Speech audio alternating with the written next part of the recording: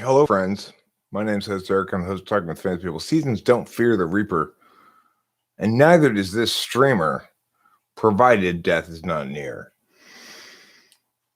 Tonight, I come to talk to you about the inability of titles to constrain me or limit me to a given topic, but I didn't really do that because that would imply that I can't talk about that topic. I didn't come to talk about that topic. I made the decision to live stream after going through some comments, and naturally, somebody put a comment that made me go, "Oh my God, what is with this person? What are they saying here?" And I'm going to have to go on the live stream and complain. So that's why I'm here. I'm here to complain, really. Hey, Mr. Commenter, I didn't like your comment. I think I did actually like it and love it, but I didn't like it. I was lying there when I liked it and loved it. I thought your comment was annoying because I thought to myself, oh God, this guy is so like desperate to position himself as the expert and so unqualified to do so.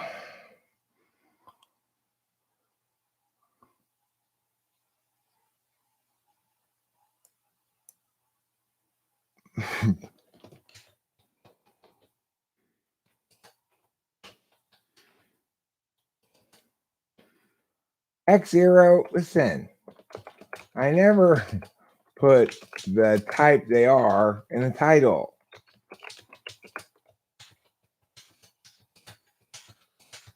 No joy. That's not even the comment I was talking about. This is a new irritating comment. No, she's not an INTJ.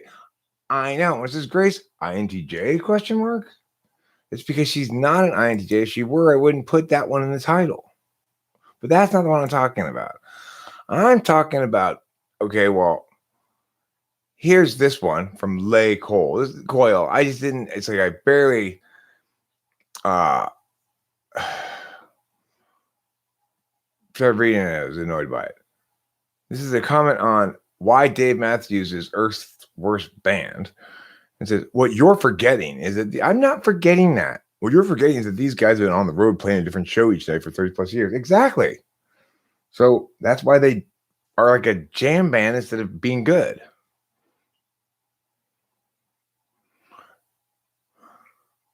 Spot on Andy Rooney impression. Thanks, Karma Pimp. I've worked on it for years. The most important impression in my life.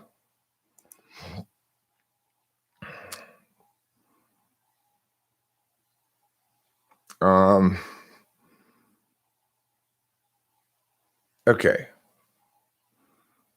Nina. No. What was the person's name? I'm looking for the comment right now that annoyed me. You're going to be annoyed too. I didn't even want to read it because MISSISSIPPI. I know how to spell Mississippi. Don't tell me I don't know how to spell Mississippi. Whoever that was who said that.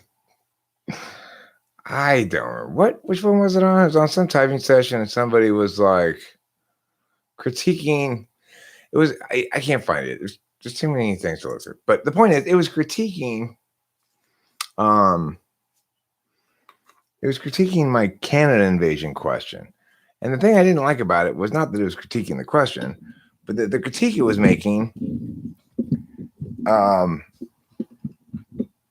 was such an uninformed critique. It presumed that the only information I was getting from the question was linked to the way the person was framing it, right? So I want to be in a jam band together with whom? With you, Mac Daddy? You probably help my chances of succeeding. If I could get in a band with somebody, it would be a good idea to get all girls to play the instruments. Because, then you have like a. Well, I mean, people just like looking at girls more in general. So, it's like, if you get girls competing in what's typically dude stuff, like rock bands and stuff, then they have a huge advantage.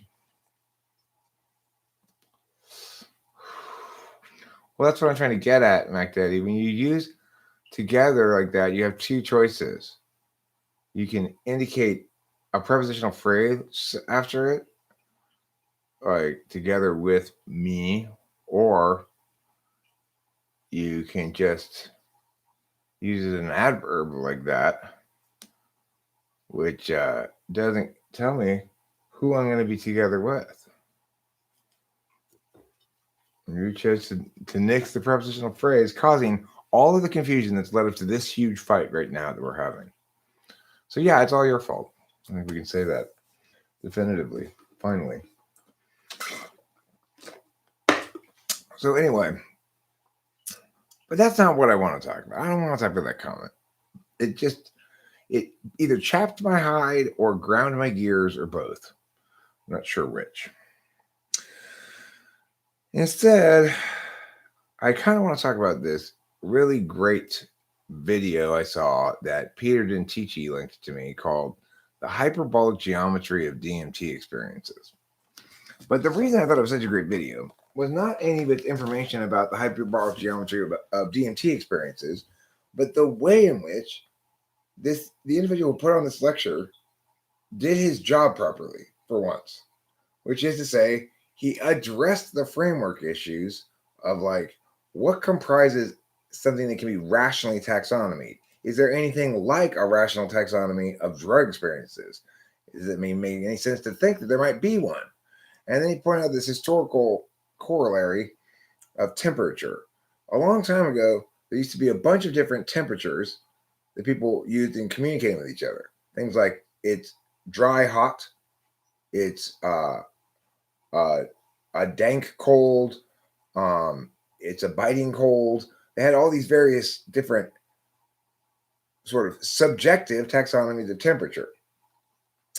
Part of the reason is because it took a long time to validate that temperature as a measurable quantity existed, even because it's so impacted by pressure that it's hard to measure in ways that validate that, yes, you're actually measuring it. The way to do that, of course, is you need to go like into two underground spots where it's the same sort of constant level of coolness and temperature at some distance apart from each other, or go in independently, measure it, come out and compare your results on two different thermometers to see if the technology is working, or something like that. I'm not sure. It's a really tough one, because since temperature, as we think of it today, is isolated from one of its vectors.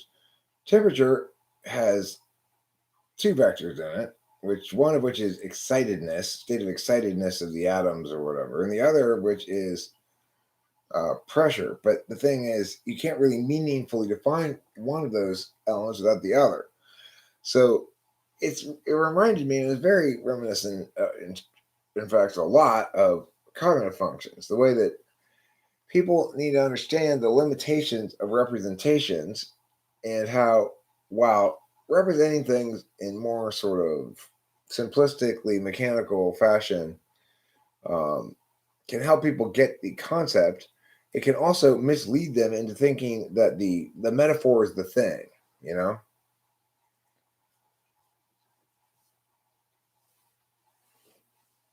So am I being annoyed at such a common FI? Well, yeah, I mean, I would say probably every emotion that one feels, from excitement to laughing to crying to annoyance, comprises one of your introverted feeling attentional schemata. But the thing to remember, though, Lee Man, is how much of my attention was directed towards my feeling at that moment. Yes, it annoyed me, but the vast majority of my attention was directed elsewhere, not towards the annoyance itself, but rather towards what I was going to do or say, which arguments were wrong, blah, blah, blah.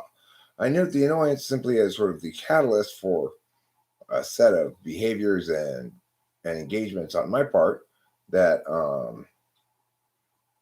that almost immediately decouple from that initiating catalyst, right? So you could start a fire with a match. when the match burns out, you no longer have a match. It's okay. The fire started. You don't need to continue using the match to keep the fire going, right? So an intentional manner is measured or counted or thought of in terms of quantity of time spent attending to it at the exclusion of something else, right? When you pay attention in one way, you're excluding paying attention in other ways, definitionally and necessarily. Now, Lee Man, we both know who you are and everything. So it's like don't bother pretending. If you're gonna come in and try to play devil's advocate is the most generous way to put it or something, then go ahead, but don't be dishonest. All right? That's the number one rule around here is people have to be honest. Or else the things that piss me off are always the same thing. It's always some form of dishonesty that pisses me off.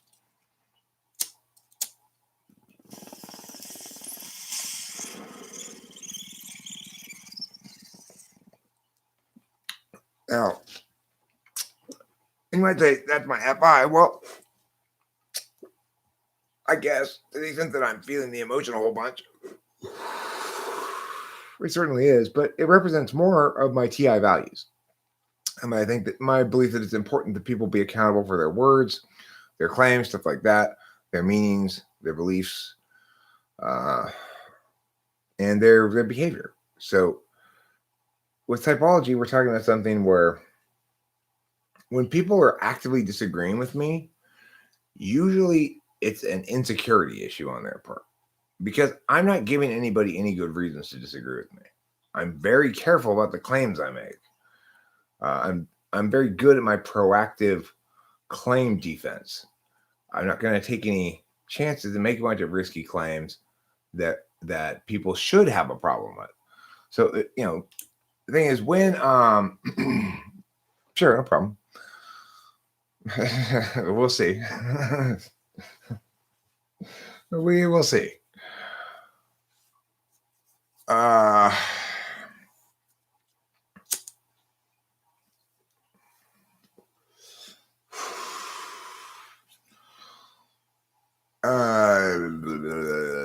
Right. So those values tend to express a little bit more visibly to external parties than do the skills themselves directly. When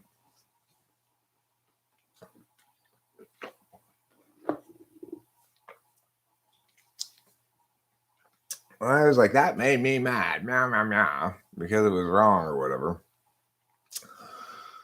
It really made me mad because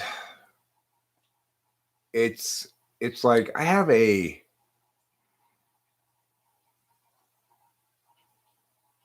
my FI is mostly towards words. I have a very intense relationship with language. And I hate to see people raping her. I can't stand it. Words are meant to convey specific meanings. They are useful when we choose to use them for useful things. If you choose to use words to attack the ability of words to do meaningful work, you will successfully preclude yourself from doing meaningful work with words. Is it more likely to assume wrong conclusions for NI fourth than NI second? Yeah, I don't think NI second is prone so much to doing what TI users call wrong. I think NI second is prone to doing what any DOMs call like oversimplifying or being reductive. So an ENTP or maybe an INTP is likely, or maybe an INTP even, or an INFJ is likely to say to an ENTJ or an ENFJ, well, if pennies and nuts for candy and butts, we'd all have Merry Christmas. Because ENTJs and ENFJs both seem to consider like what I would say would be systemically invalidating considerations to be minor obstacles that we'll figure out a way around. So to me, if once I've established that something ought to be approached from a different angle or justified through a different angle, then the people I'm telling this to need to sack whatever it is they're doing and just scrap it completely, because don't do things. It's like if I'm building a house from the wrong blueprint, I'm not going to get it right. The outcome, no matter how well I hammer and nail and screw and get wood and all the various other miniature tasks of building a house, it's all in vain if I'm building from the wrong blueprint. So my whole point is words are our blueprint. Let's look at something like this thing that I've had this argument with people before, and I was thinking about it today and tripping out on it. Is Trump intelligent? Okay, so what are we really doing when we're having a conversation like that? Intelligent isn't a term about which there's any real agreement about what comprises the most objective definition of it. Some people say, well, the most objective is the most empirical, therefore it's your IQ score.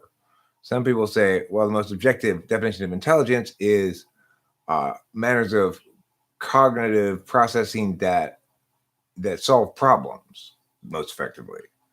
Some will say recognize patterns most effectively, or generate novel concepts most correctly. It depends who you ask and what kind of what shade of intellectualism the person who's affording the status of intelligent wants to validate. So when we're arguing about whether Trump is intelligent, I'm saying absolutely not. He's not intelligent at all. Well, why not? Because what I'm saying is, just like everybody else is, basically, the word intelligent just means good or bad. That's basically it. Because in that context. Because if we really parse it out, we go, well, intelligence manifests in lots of different ways. One could argue that he's not displayed communicatively the kind of verbal reasoning intelligence that you do, Eric, but that doesn't make him less intelligent inherently or overall. After all, he's much more successful than you. Shouldn't we be able to judge a person's attribute like intelligence from the results and how it plays out over time or something like that? There's a lot of different kind of arguments you can make about intelligence.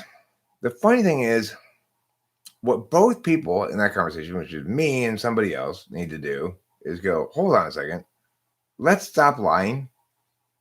We're just having the following conversation. You're saying, I find Trump good, and you should too, Eric. And I'm saying, I find Trump bad, and you should too. Now, the thing is, we narrow the conversation a little bit further than that with the word intelligence, in that there are some things that we can all agree do not link to intelligence, such as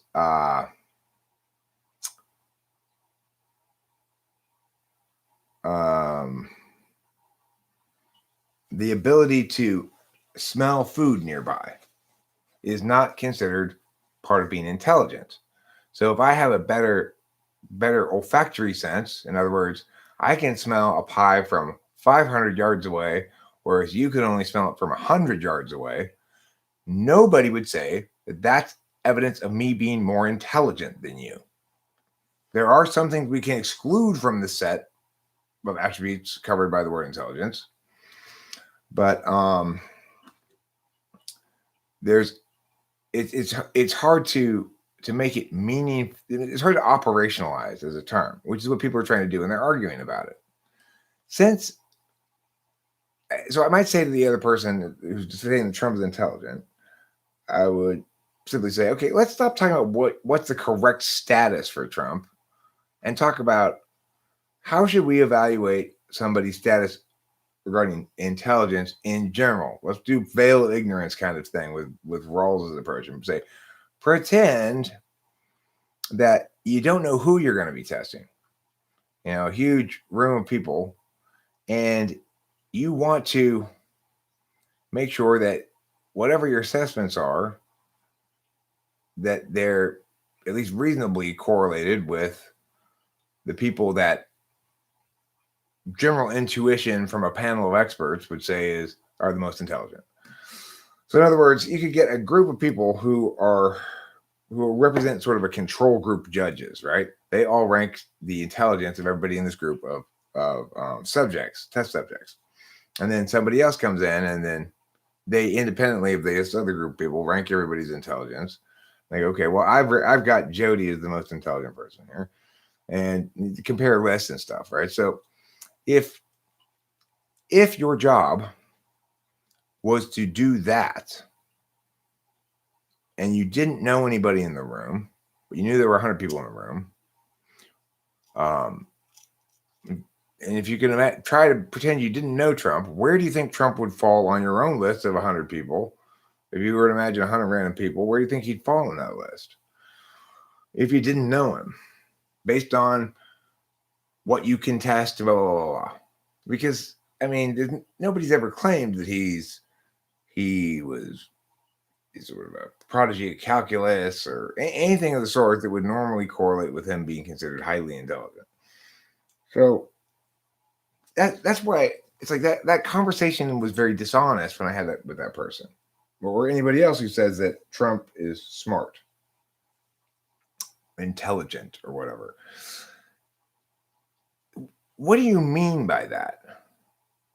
See, most people, when they say Trump is intelligent, what they mean is, I agree with much of what Trump's positioning on politics is.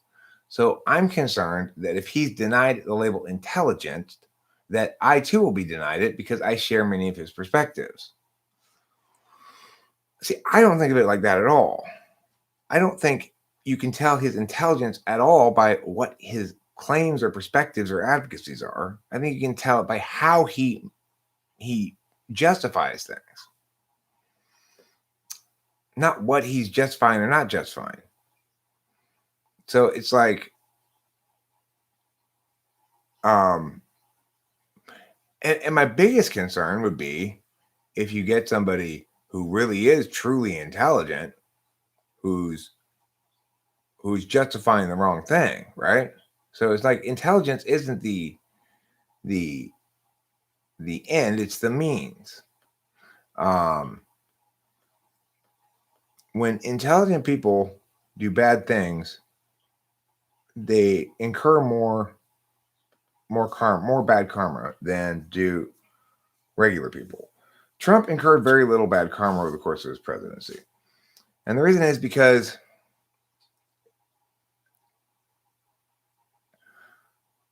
you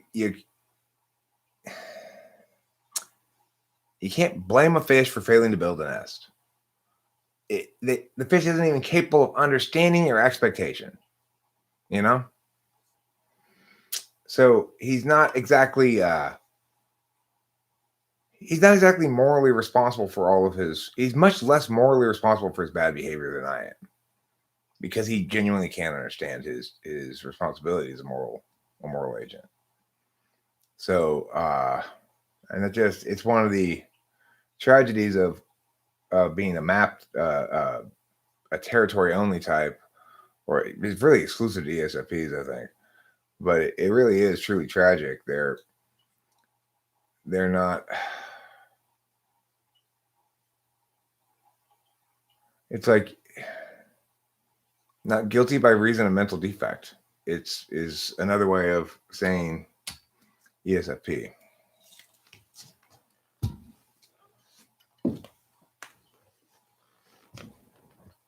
You know, it's impossible for Trump to be right about things with the way he's going about it. So of course, it's like he's not. What really distinguishes humans from other species is communicative ethics, the ability to communicate abstractly about morality. And it's the aspect of being human that ESFPs lack. So, since that's what distinguishes us from animals, you can draw your own conclusion, right?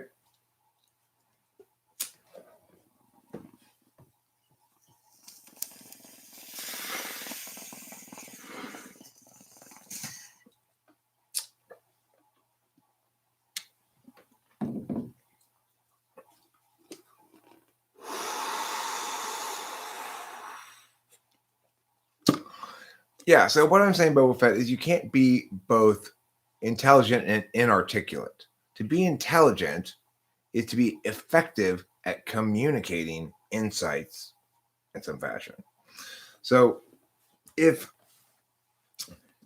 no matter how much, whatever other vectors you might appeal to, intelligence has to have a subject aspect. In other words, it has to be something that you can assess. It can't be totally a hidden agent thing. You have to be able to assess it directly. In other words, you have to be able to prompt people to demonstrate the thing if you want to assess it.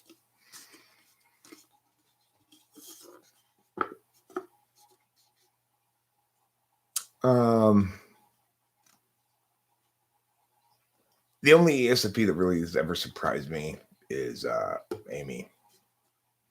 I was surprised by her and I fourth. But I would also say this. I recognize from my own experience as an ENTP and from having multiple ISFJs and multiple INFJs in my life, I recognize the fact that all ENTPs may have the same cognitive function stack, but not all ENTPs are equally creative. My extroverted intuition and my TI are both very honed through a lot of SI experience. So ENTPs get better at what they do over time. Most ENTPs aren't empowered by life to act as though they're speaking from behind a pulpit all the time. Teachers are, and YouTubers are. Now, for those who are thus empowered, most of them are going to die on the path, on the right, gonna die by straying from the righteous path of correctness. Basically, because the only way an ENTP learns to be intellectually rigorous, from what I can tell, genuinely intellectually rigorous, is to experience the punishment of losing every time they're not. They have to experience getting their ass whooped because they were less prepared and tried to bullshit stuff. They got to experience that, and then they'll do a lot better, and then they'll kind of forget that negative experience, and they'll have to experience it again to remember to take things seriously, you know? And if you don't get into the habit of taking things seriously intellectually, if you don't get in the habit of honest parsing, not just positioning and a bunch of other bullshit that people do with language, then you're not going to turn out like me at age 50. So the fact is, some people are outliers within their type. Amy is an outlier, clearly, among ESFPs. I guarantee you, I could test another 100 ESFPs, and none of them would do nearly that well on the rat test. She's an outlier, and you could test a bunch of ENTPs. You test 100 ENTPs, and none of them would be as robustly empowered in terms of freestyling and stuff as I am. And that's because it's what I've been practicing for these decades. Most people aren't empowered to practice those kind of things all the time, right? Also, it helps to be a 7. So Jeffrey is not a 7. He's 3, maybe a 1, maybe. As far as 5, 6, 7, he's a 5, I think. He's has a much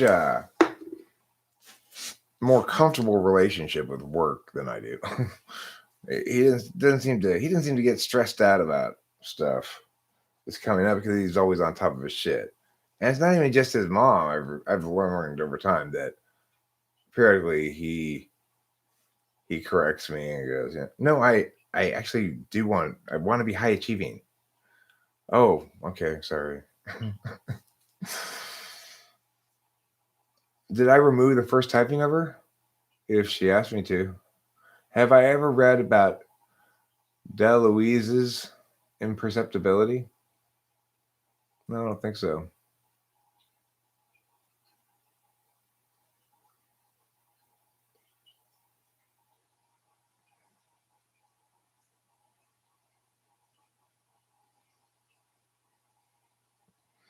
Boba Fett, then he didn't only just didn't bother articulating it out. If in fact he really had clear justifications and chose not to, he willfully deceived us about his capacity to do so. He was playing a character the whole time then and pretending to be dumber than he was. Because you can't have your cake and eat it too. If he really had the capacity to provide meaningful, convincing justifications to the American people and chose not to, well, why did he choose not to? Isn't that his job? So he's either evil or dumb. You can't have it both ways.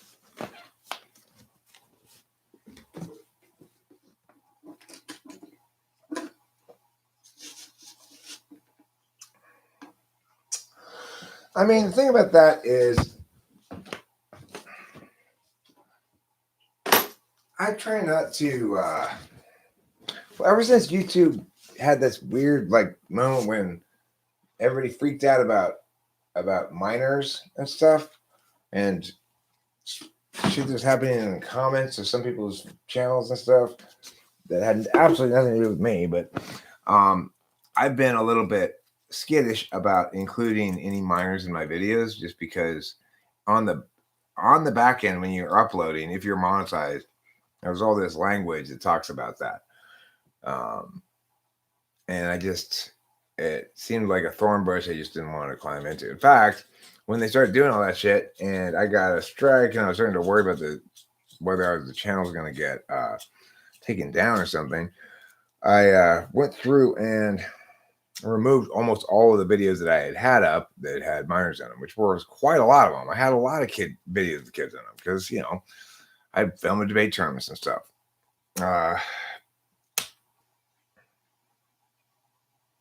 But that's what happens when fussiness rules today, Fussiness is bad, yeah. Okay, so probably didn't want to bother to. He went for lowest common denominator because that's what gets people elected. I mean, so if you're saying he willfully deceived the American people to get elected, that's not an endorsement of him at all.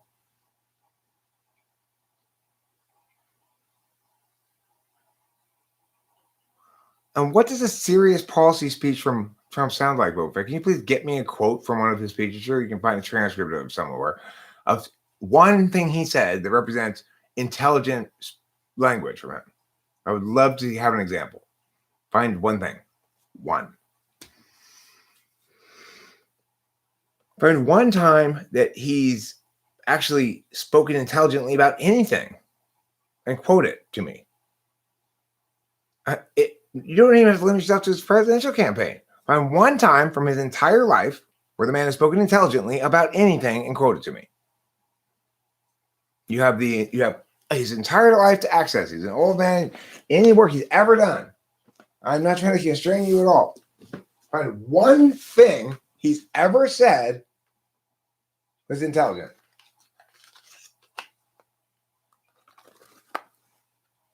Find any intelligent words from Donald Trump. Anywhere in the world. Find any intelligent words from him. Go ahead. I mean, there's zero chance you will. You could dig through his speeches for days. You wouldn't find anything worth quoting. Not anything.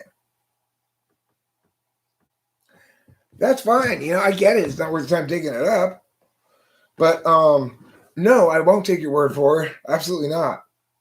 Absolutely not. Since I made the since I made it such a low bar to convince me, all I have to do is find one intelligent thing he's ever said in his entire life. Then absolutely not, I will take it on faith. I couldn't have made the job any easier for you.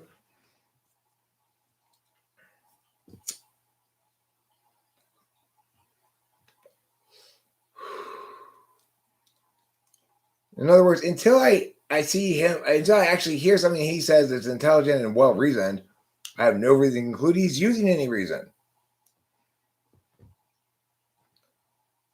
And you're just sort of wishful thinking him some reason. You don't have any reason to conclude that he's using rationality to address things.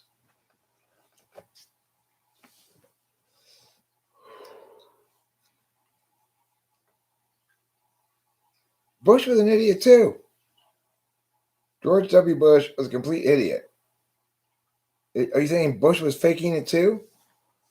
Oh yeah, you are really ruled by your FI on these things, aren't you, Boba Fett? That is such nonsense.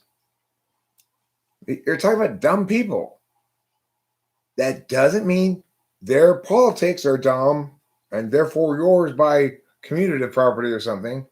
Their individual human persons were dumb, not intelligent, stupid, not smart people, incapable of thinking, not good rationalizing things or reasoning, terrible at justifying things, unable to do real objective self-criticism, unable to hold themselves accountable because they lack the abstract robustness to do so. I'm absolutely saying that. They are shitty, little, insignificant people who don't matter. But unfortunately, they both became president.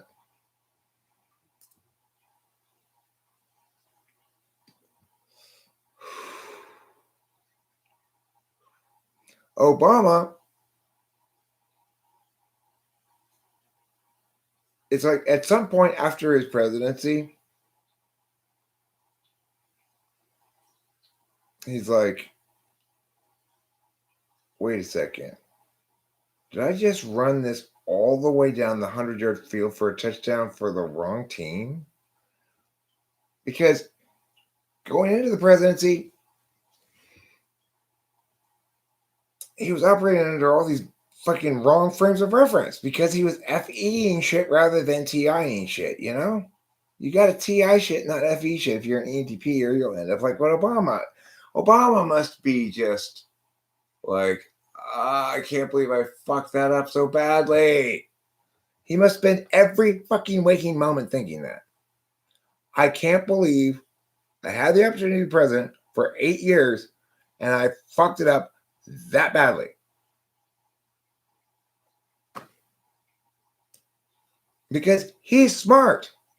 Note, that doesn't make him a better president, right? But it does make him a lot smarter than Trump and Bush. Indisputably. Bill Clinton was closer to Bush and Trump than Obama.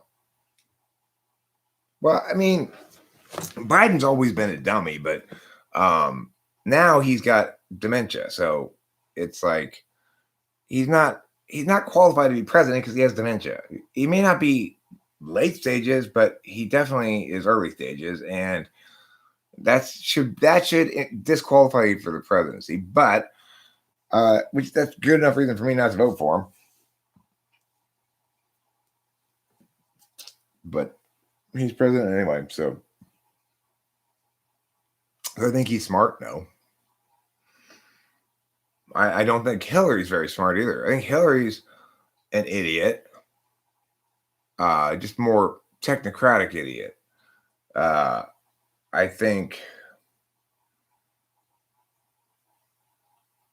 I mean, Clinton is by far the best president we've had since, I don't know, Polk or something.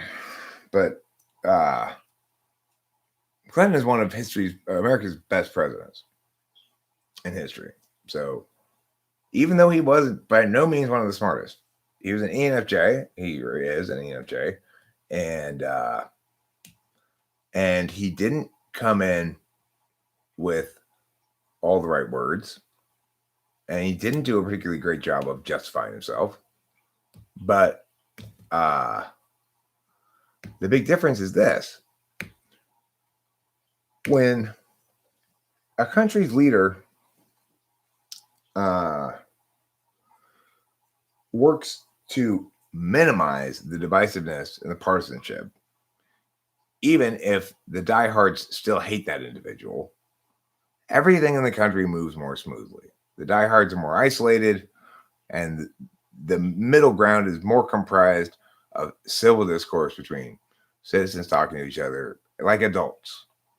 So even though Clinton wasn't particularly smart, he was consensus building, and he did remind most of us that we were all Americans.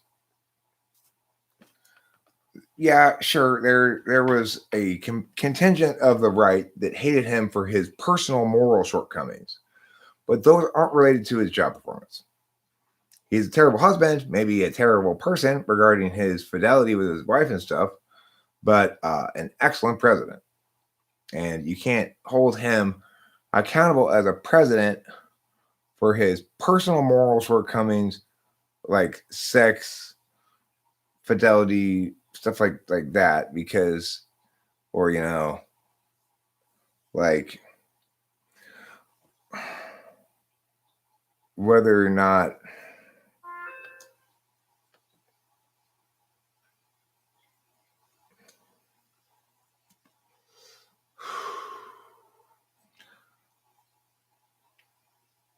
I mean, you shouldn't judge anybody really on their personal vices, except to the extent that they harm other people. Of the vices that harm other people, I think the vice that is most hurtful is, or the vice category that's most causes the most pain are sexual vices, because they seem to involve implicitly issues of commitment and betrayal and stuff, Okay,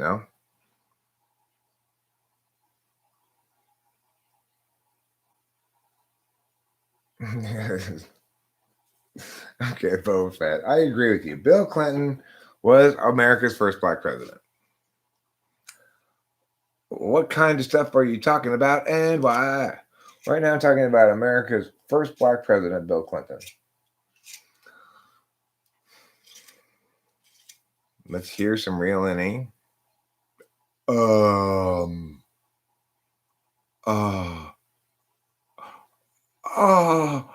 put me on the spot like that. I'm drawing a total blank. How's that? Is that extroverted intuition? I'm not sure. Here be many NE. I had such a fun time earlier today as a chatter on Joe's live stream. I don't know if any of you guys were there. I was digging around on the computer, and I saw recommended videos there. It said live stream, Joe. I'm gonna check it out for a little while. And it's almost as fun as live streaming. It's the same thing, except instead of being the one here, you're the guy in the audience who is throwing things around, causing trouble. It's fun. Okay, we ENTPs are in the middle politically as libertarian. What say you? I mean, I don't self-identify as libertarian. I think libertarianism is just as much of a problem as any other group-defining ideological label, because the totalization of any ideology, even a rights-based one, is an example of totalitarianism. Produces totalitarianism. And totalitarianism exists either actually as a society-wide phenomenon or more abstractly in the way that I'm talking about right now. But the point is, the basic problem with libertarians is that they approach their relationship with the government through a frame of reference that doesn't acknowledge the need to operate within an actual status quo and to change from that actual status quo, but instead presumes that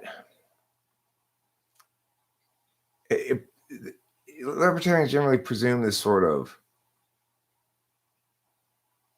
well, until we fix meow meow meow meow meow, we shouldn't be doing anything, right?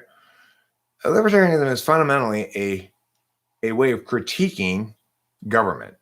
It is not a way of exercising political power. I'm an individualist. I'm not afraid to say that, which is to say that I believe that a successful civil society places the onus generally where it belongs on the individual. The thing that makes me so mad about COVID is not that my rights were violated or something like that, but that it sets the wrong precedents about how to justify public policy and the need to acknowledge that exercising public policy is precedent setting. So because of this, we'll always have comparables that will allow us to analyze, risk vectors and stuff and come to correct conclusions if we apply the correct processes of meta-analysis.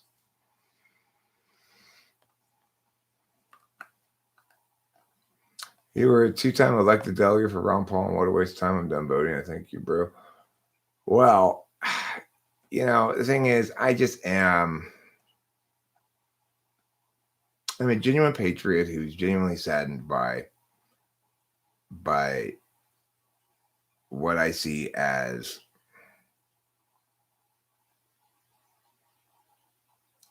a clusterfuck of a fiasco that's resulted from an oversight. It almost feels like this.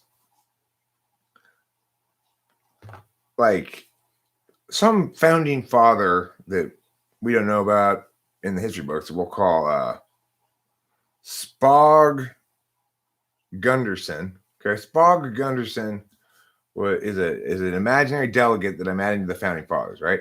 He was responsible to explain, foundational civics 101 to everybody and forgot to do it.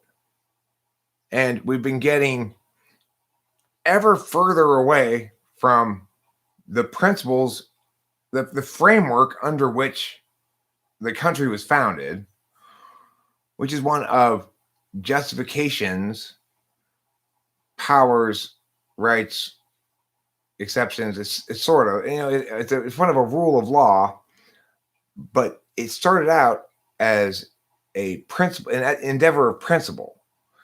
The problem with law over time is because case law always accrues, and the reason I say doing public policy sets precedent is because the courts have to eventually render decisions on all these things, and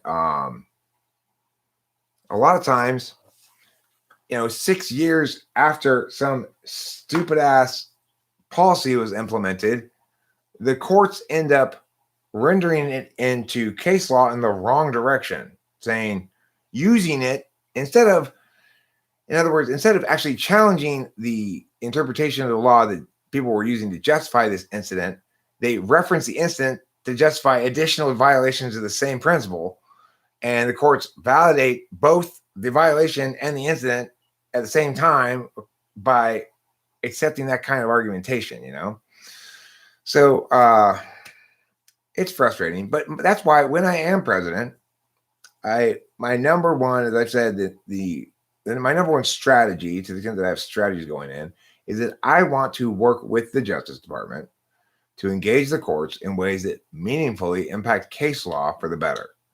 So the thing is, what libertarians sometimes forget is there's nothing unique about the federal government. Much of what needs to be done isn't getting rid of government. It's putting the right part of government under the right roof again. Our triangle is upside down. Currently, the triangle should be like this. To the extent that you pay, let's say, $50,000 total in taxes in a given year, let's say, most of those $50,000 should be down here locally, and least of them should be federally. We have it the other way around unless you're a homeowner. It's completely back-asswards. Obviously, there's an implicit accountability to local politics that diminishes the further away you get from the center of the action and the larger the pool of population being represented. So naturally, the federal government should have the least direct impact on our lives and pocketbooks, and the local government should have the most. The job of the state and federal governments is one of their jobs is to constrain the local governments from implementing what you might call, regional enthusiasms gone awry. Like the homeowners association is now requiring everybody to put up signs announcing their allegiance to the homeowners association, and then the courts step in and they go, "Okay, that's enough, homeowners association." Right? I still have 666. I had 666 yesterday too.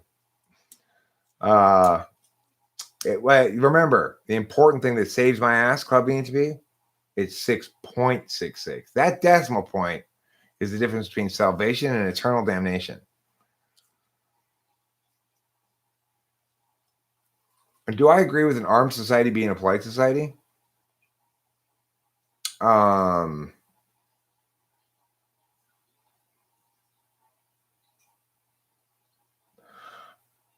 mean, to answer the question more literally than you mean it, I'm sure. I would imagine that in states where more people carry guns, probably people are more polite a little bit. The thing is funny about it is, when I hear that an armed society is a polite society, I think, wow, you really value manners.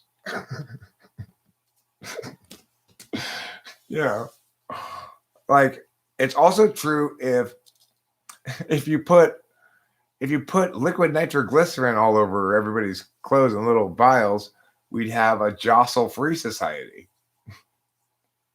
A nitroglycerin carrying society is a jostle-free society, or a jostle-reduced society anyway.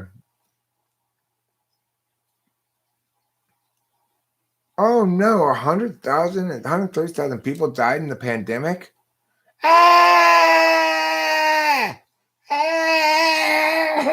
Let's all run a man to stay a clean panic. Fuck them. Fuck them all. That's what I say. But what about the 130,000 dead people? Fuck them all. How about that? They're dead. They don't have anything else to worry about. The rest of us are here living in this clusterfuck of a health fear farce that you've created and don't enjoy it. Earlier today, I found myself unpacking the groceries in the Smart and Final parking lot and having left on my face the mask instead of taking it right off of my face when I got out of the store. I thought, oh, Eric, you're sitting here going like, I was trying to feeling all, putting the groceries. Just take your fucking mask off. I get mad at myself when I don't remember to take it off. Well, see, that's the other thing. As a smoker, I thought earlier in COVID, I thought I should get a shirt that says, I only cough because I smoke cigarettes and weed. Something like that, right? But yeah, I do cough some because of that. I clear sort of smoker's cough, I guess. Not a lot, but a little bit. Okay, Club ENTP. What you know there is a falsehood. I know why everyone loves me. It is not the case that everybody loves me. That is for sure. I consider myself personally to there are 11 people here right now, which isn't terrible. Considering it's 1:15 in the morning, I guess. I was kind of encouraged by the fact that Lijo had 50 at her live stream um at sort of an ideal live streaming time. Because that's only I normally have like about 20 or so. So she's got 4 times the subscribers that I have, but she doesn't have 4 times the live stream for this. So that's kind of encouraging. I just put up a new t-shirt tonight in my store. I've got clever t-shirts that you can purchase there at the Redbubble store. Tonight's one says time loops cause data loss. Sort of a warning. Just sort of a public service announcement to warn people. Can you please not reset the time loop? I haven't saved my data yet.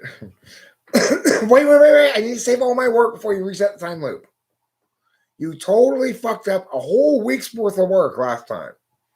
It was like, I wake up on Friday morning. Okay, it's next week's going to be hard. I work all the way through the week. Go to bed Thursday night.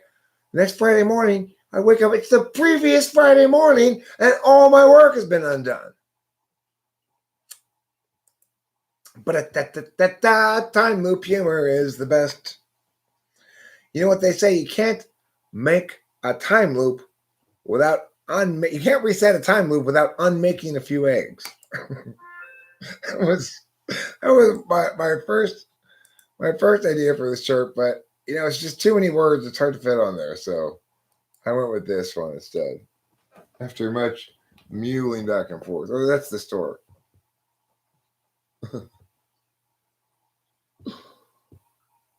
Well, I mean, the thing is, clubbing to be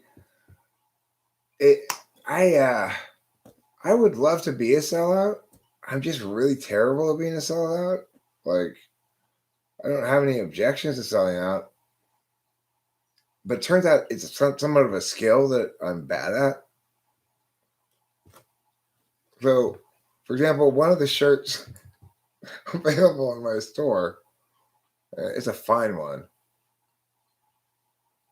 Let's see, you should probably buy the framed art print. This makes me laugh. It's so funny.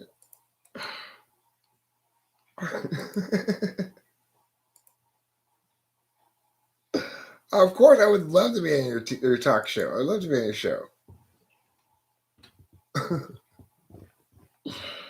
I would love to be on your show anytime. Just tell me, give me a day and time. I'll put it on my calendar right now and confirm it. And then we'll chat. You want to talk right now? Let's talk right now. If you're like me, you're a right now favoring person in general.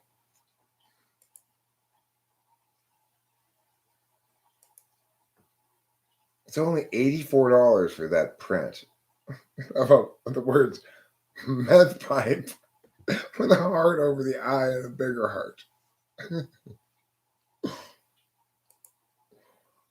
So I think I might want to start a sub brand called Torso Cloth. Covers my chest. My other t-shirts. Torso Cloth covers my chest. Or you can purchase a I Can't Stop Twinkling t-shirt. If you can stop twinkling, please don't purchase this t-shirt. I don't want anybody to use my t-shirts to lie.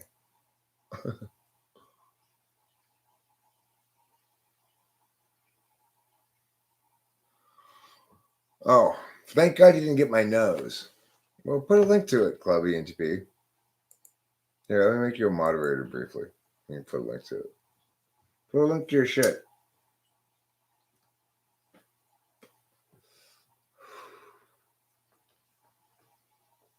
You know, ENTPs are notorious for being like, hey, I'm the only ENTP around here. Get out of here, you. It's my territory. So,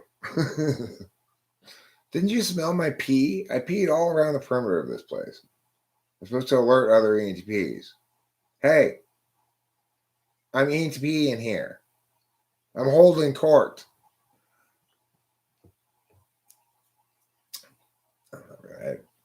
I don't have any beef with the other ENTPs. I have butted heads with some of them sometimes, but not. I never seem to butt heads with ENTP women. I think our niches are different enough that we don't feel like our territory is getting walked on. What do you think about being an ENTP? Is it fun, or is it profoundly tragic, or somewhere in between? Is it infinitely joyful, profoundly tragic, or somewhere in between? That's the real question. Or is it all emotions concurrently, since emotions aren't subject to logic? I can be every emotion all the time, constantly, and nobody can correct me. The end. The title of my book, Me and My Feelings. You're attracted to ISTJ chicks? Well, because you're attracted to their social awkwardness, probably. Because, you know, you probably are attracted to dumb girls who are pigeon-toed and go like, what? Oh my God. Really? You know, those girls. Pigeon toes, you call them. Pigeons.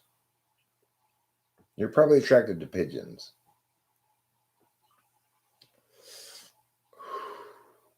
I used to call loafy women too. You know, like this really dumb, thick SFJ he was like the hostess at a Denny's at like 3 a.m. Hi. Oh, would you like some more coffee? I don't know. Not caring is very dumb. Remember, smart and dumb only mean two things. They mean good and bad. Okay. The synonym of smart is good and the synonym of bad is dumb. There's no reason to describe any other additional meaning to those words because that's how they're used.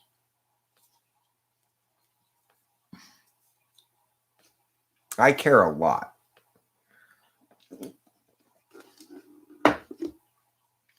I'm like a Care Bear and a care package all wrapped up into one care package with a Care Bear.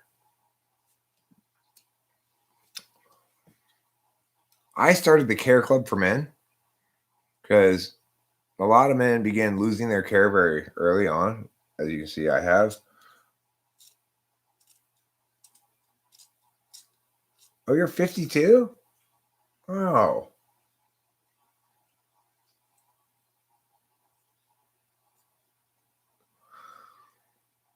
Hey, Club ENTP, next time, don't let her tell you her deeper secrets. Make her show you. That's fantastic. You know, I don't know you're the first ENTP my age I've ever encountered, I think. Really. There's one other guy on YouTube that has got a huge chip on his shoulder. His name's Zero Entropy, I think. But you know, not my flavor of life frame. Bitterness. I don't like that much bitterness in my life experience. Please stop flavoring my life experience with so much bitterness.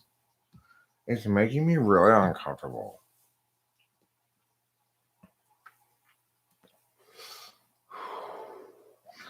Listen, I'm totally gonna cancel culture you. That's C.S. Joseph. C.S. Joseph's not an ENTP, yeah. I'm assuming you know this as well. If you also concluded that he's not an ENTP, you say to yourself, you're not an ENTP. You're an idiot, aren't you, C.S. Joseph? I think you might be. Speculatively muses the ENTP as he watches C.S. Joseph video for the first time. My impression of an ENTP watching a C.S. Joseph video for the first time.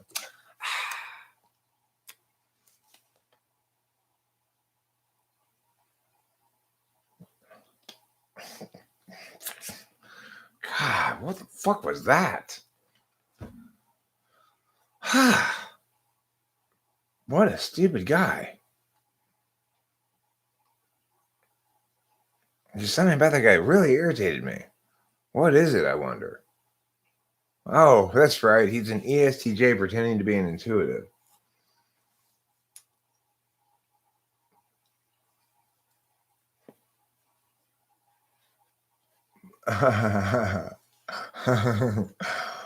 Well, Club ENTP, you're lucky that her biggest fear, she didn't tell you that her biggest fear was The Office, because then you'd never be able to watch that show. You hate that guy and his womp? Who's his womp? What's his womp? His whiteboard? His wand? Oh, does he have a wand now? I didn't know he had procured a wand. I kind of want a wand. I think I should get a conductor's wand. So, because those are good for tapping when you want the choir to be quiet. I've only experienced a conductor's wand on the receiving end of it. I was in a boys' choir, so I'm familiar with being quiet with the conductor's wand. I'm not sure how well it would actually work if I were to try to use it myself. No, I don't play League of Legends anymore.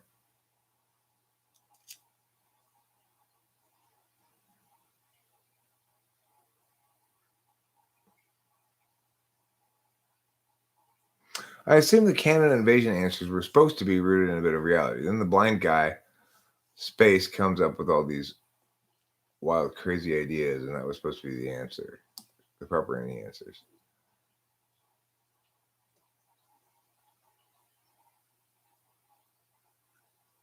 Yes, I know, Club ENTP. I saw that. That's her way of saying she wants you to poke her vaginal hole with your genital rod. Now, I don't want you to go in unprepared, so I'd like to talk to you about a little bit tonight about what it's like to make sexual intercourse at a woman. First, remember to approach her from the side, not from the front or the back. Women are easily startled. Second, don't be the first to initiate touch. Stand next to her and say, "Hey, I'm here for you," in a really supportive voice. We're talking about how Club ENTP can have sex with his doctor.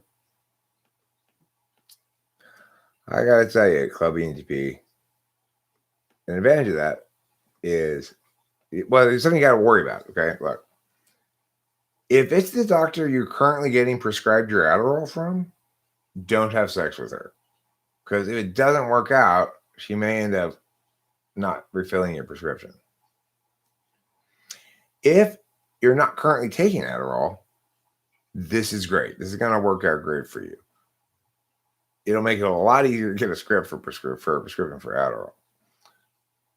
Adderall. Just make her agree to it while you're having sex with her.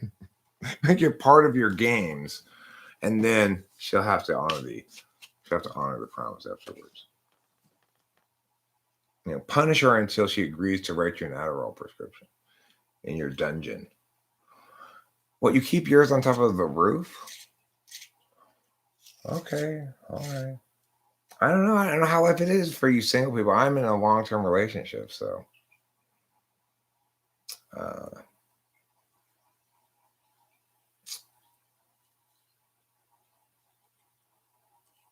You know, my relationship is so good that the International Tantric Association sent us a thank you letter for bolstering the tantric health of the universe so much with our consensual, reciprocal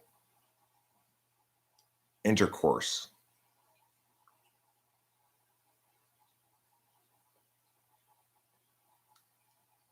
How many intercourses do you have to make it a woman before you're her husband?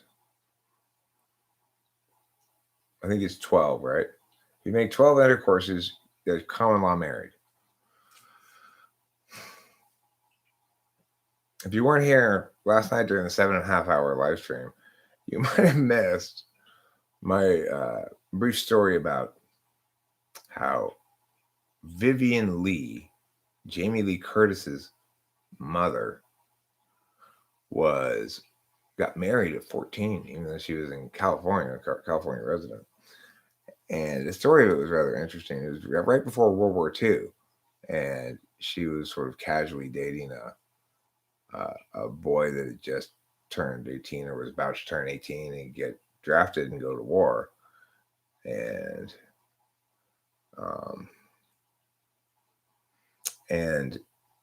before they had some time, but she was going to have to go back to live in the town where she had moved to with her family. They just moved away from this town, and she was trying to contrive a way to get to stay in Modesto. And so she and this boy drove to Reno and got married. He was 18, she was 14. She lied and said she was 18. And back in 1941 or something. So I guess they didn't really check your documentation very much. Yeah, you missed a 7.5 hour live stream. And,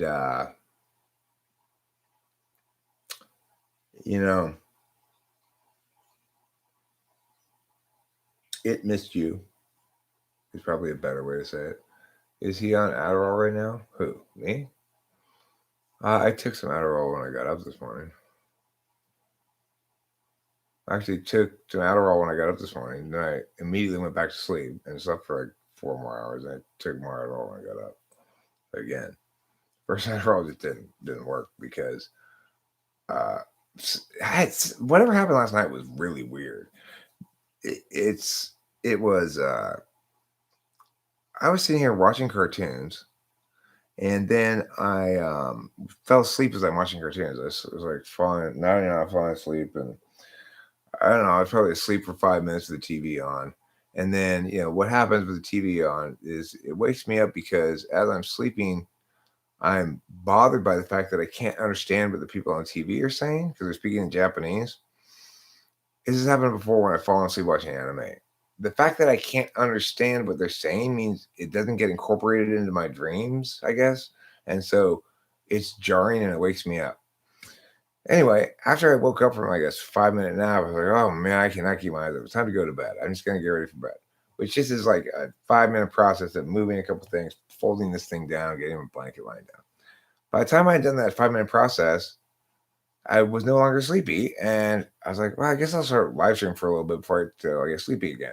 7.5 hours later, I finished live streaming, and then I fell asleep this morning and I really crashed out. But it's like I didn't take any Adderall last night. I'd taken it yesterday morning, fairly early, and there's no reason for me to be that energized all night last night or anything. But it just sometimes maybe it was just an enjoyable experience, I guess. It has a lot to do with the people who are chatting with me and what they're saying, and if there's stuff being said that's interesting that I'm engaging with that keeps me going, then it's like every time there'd be a lull in the video, after a certain point, I'd go, well, maybe I should wrap it up. But for much of it, there weren't those lulls, so I didn't find myself thinking that very often. And as a consequence, I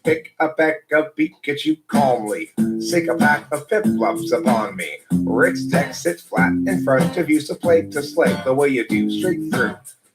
Attack, attack, and don't let up, even though we only now just met up. Unless you suspect a secret setup, Meowth hiding under side ducks, get up. The dummies, arrest them, though that's dumb too, but they ignored my questions. I felt glum. They need to listen. Pull out your gun, shoot 'em or miss 'em. The dummies, arrest them, though that's dumb too, but they ignored my questions. I felt glum. They need to listen. Pull out your gun, shoot 'em or miss 'em. The dummies. People everywhere gather up, enemies outraged and how they miss a sign. How do they set their priorities? These falling, backstabbing entities. Ensuing heartache and misery follow necessarily from their savage ways. Insulting cars in the desert. We're stuck with such petty larceny. All petition and the reason calling destruction of the whole damn world. Truly share that we're lives. Hoping to be able to cherish moments. You just can't do things like they do. We always thought that she should have got to when she had the chance to buy. She soon forgot about soon and on, although she have a call. People everywhere gather up, enemies outraged at how they miss a sign. How do they set their priorities? These foreign backstabbing entities. Ensuing heartache and misery follow necessarily from their savage ways. Insulting cars in the desert. We're stuck in such petty larceny. We all petition the reason calling destruction of the whole damn world.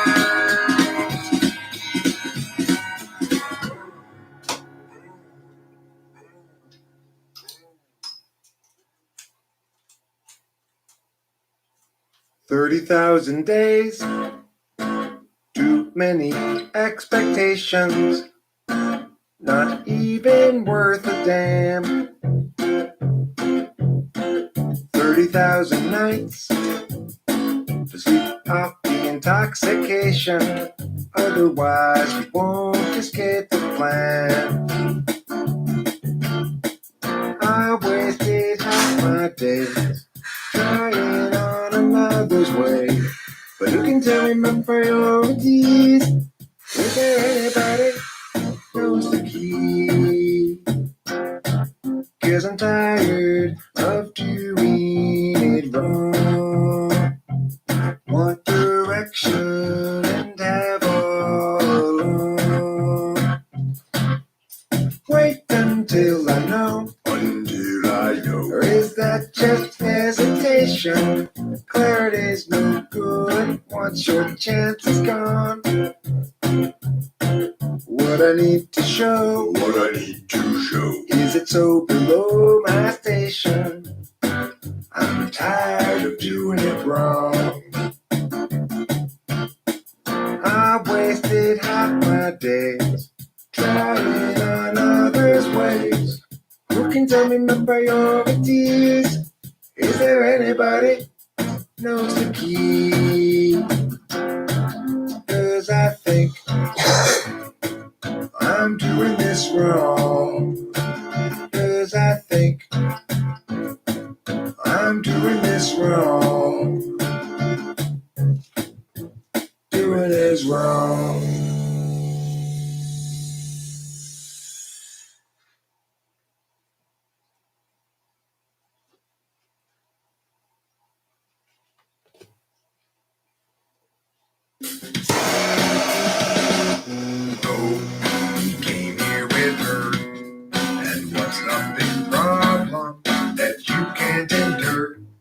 You seem so sure it's not appropriate blaming.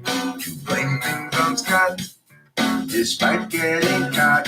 He's got you reframing for him, straining for him. Going to the gym, make yourself good enough again.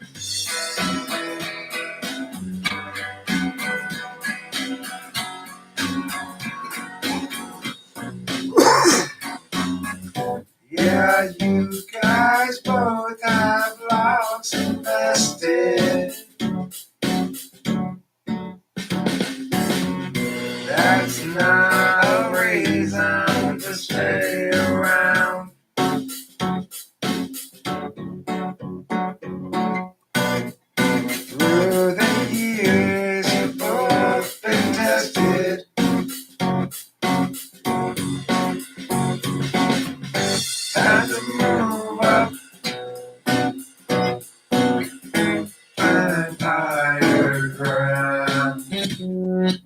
Oh, he came here with her.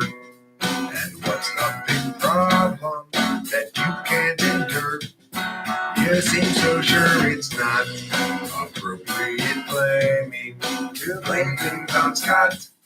Despite getting caught, he's got you reframing for him, straining for him, going to the gym, make yourself good enough again.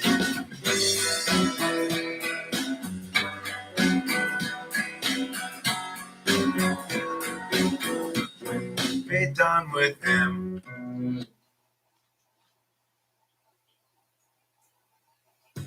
If Jesus was people but absent of sin. Got a story about 10 years old. It's a song for an open road, and such a thing must always do its job. She married up Jeff, turned 19, 4 years in, 3 kids, weary now and questioning the past. Agency out, paces discretion, locking in our forces, way too young. The urgency conferred is really just depression, making sure those underneath them always from. Doug at 20 found bourbon fun, likewise Doug at 21, and so forth well up into middle age. What he once thought would set him free became his whole identity. Now Doug's about another drunken rage. Agency out, paces discretion, locking in our forces, way too young. The urgency conferred is really just depression, making sure those underneath them always from. Everybody's panicked out, the kids lock them up with extra dexedrine and mathematics to promote success, or to impose more unjust duress. Agency out, paces discretion, locking in our forces, way too young. The urgency conferred is really just depression, making sure those underneath them always from. Without consent, it's really just depression by parasites surviving while they feed their fear of dying. Yes, they feed upon the futures of the young.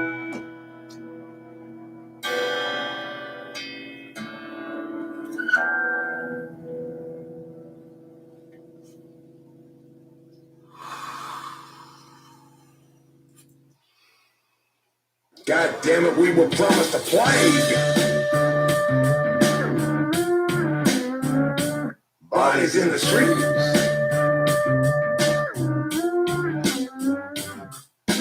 Totally out of whack the crew.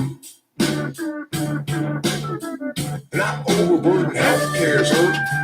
But you see, it's been overburdened, gee, cause this COVID thing's been so exaggerated, we have been lied to. Fooled, misguided, directed to the wrong side.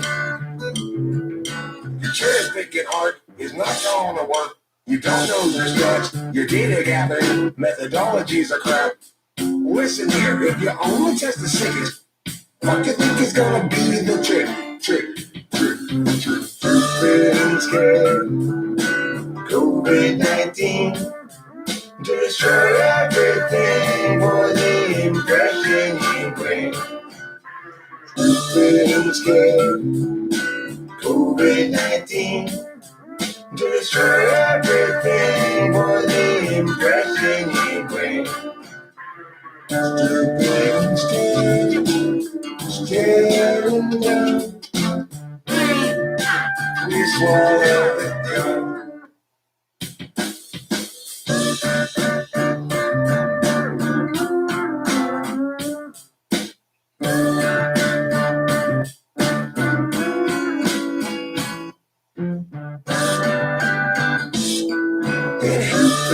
Scared, COVID-19 to destroy it.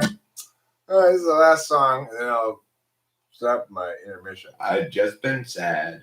I gave up long ago. Remember, when you're feeling down, Was sometimes mad, sing but this to yourself. sad was all I'd ever know.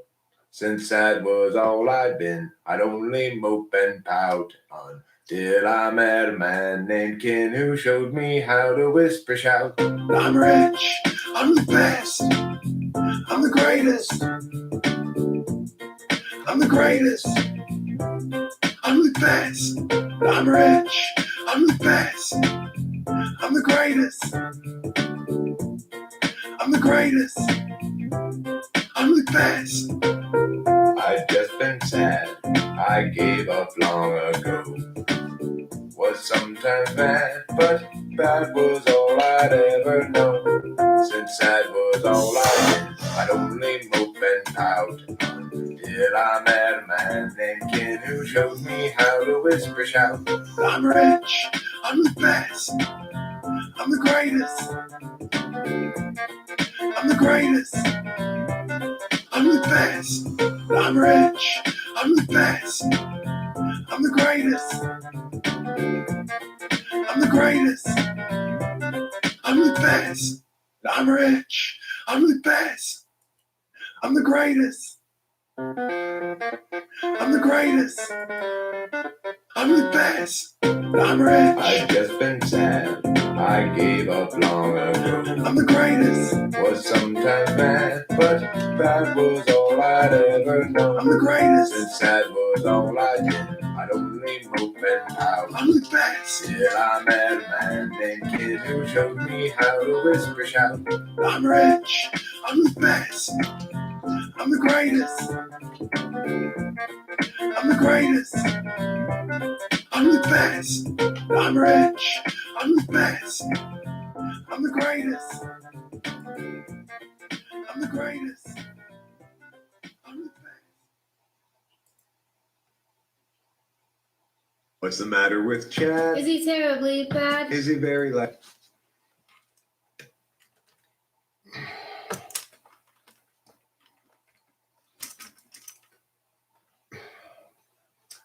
Hey, you look like you were a little bit worried. Did you think I wasn't coming back? It's okay. I would never leave you longer than is safe, okay? I'm a very responsible guardian and parent. And by watching my live stream, you acknowledge that you're just like my child.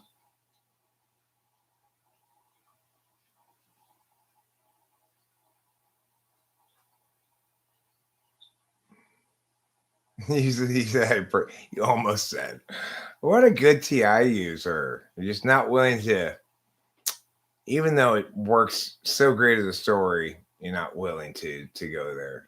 I appreciate that.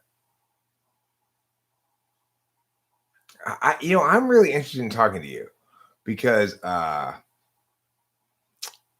you're a 52-year-old ENTP, and I remember earlier in my YouTube career, I used to say sometimes, because I kept filling this sort of role for younger people, they'd sort of, it's weird because as a professional mentor, as an educator, I never really felt like a mentor, but sometimes people would come to me with life questions and stuff, and I'd say, okay, let's see if I can answer this question. I just want to say, I wish I knew some interview older than me that I could ask questions to, but you're like 2 years older than me, but regardless of that, and I haven't said that in a long time because I guess I sort of gave up on the idea of there being any other old ENTPs. I kind of sometimes pitched the notion in the past that probably most of us die on the way here to various drug problems and such. Don't pay me anything. I'm totally looking forward to chatting with you. Or you're going to pay your doctor. I'm sorry, I misunderstood that.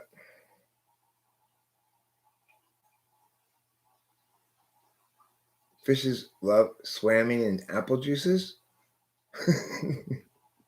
I'm pretty sure that's not true, Boba Fett.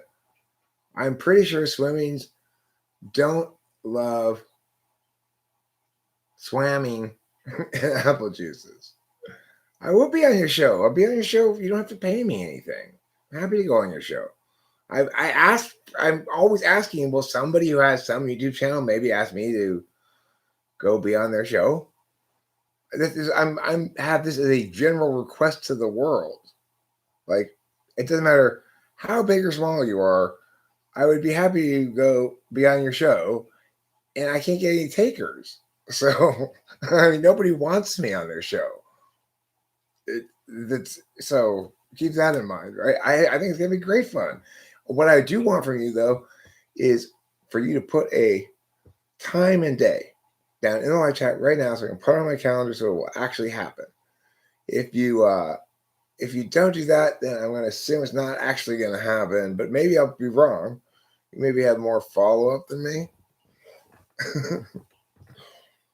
But the best way to make sure that something actually happens is to hear me say, I put it on my calendar. Then it happens. Battleground, Washington. Is that like Battle Creek, Michigan?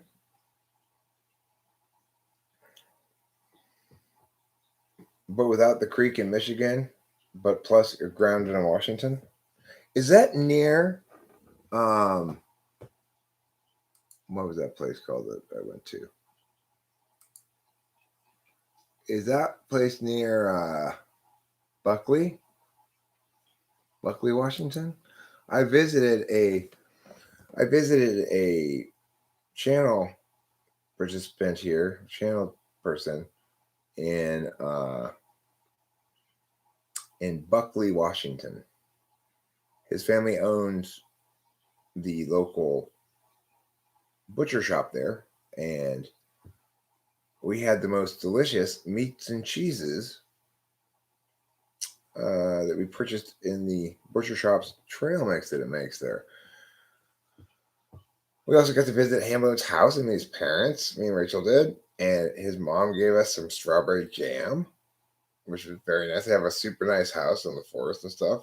You're got a super nice house too. You're fucking styling too, huh? Well, look at you. I'm here living with my dad. It's not quite like that, but I like living here. It's this house and neighborhood is nicer than any other house or neighborhood I've ever been able to afford to live in. So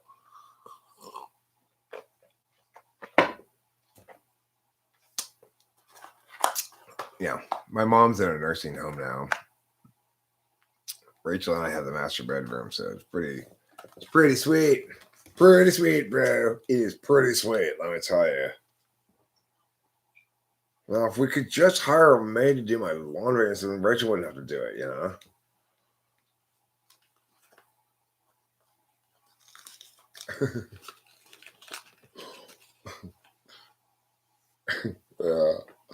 I'm pretty ENTP. Yeah, I would say that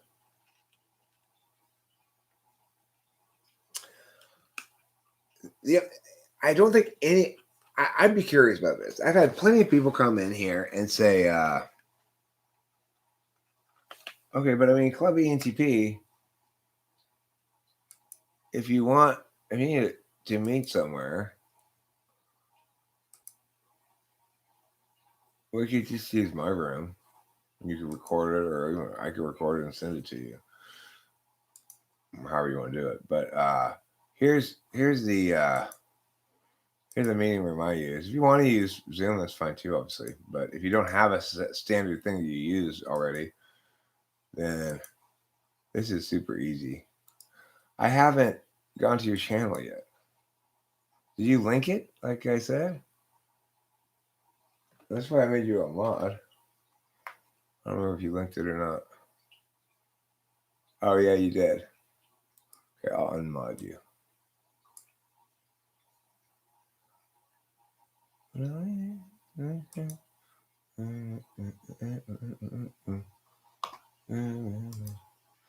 Okay. Let me see your changes. I mean, your channel.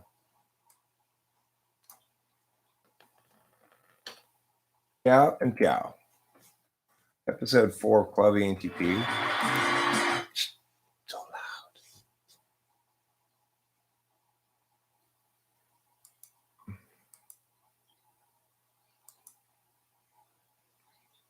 Which one are you? Which person are you? I see 4 people here. Or is there actually 2 people and it's 2 different camera angles? No, but see, which person are you? Club ENTP.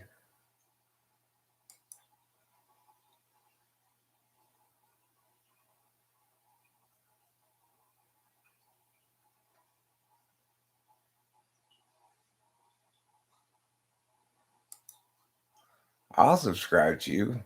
I didn't know we had a club even. Who knew? I didn't know we had a club. Apparently we got a club. I'm in it.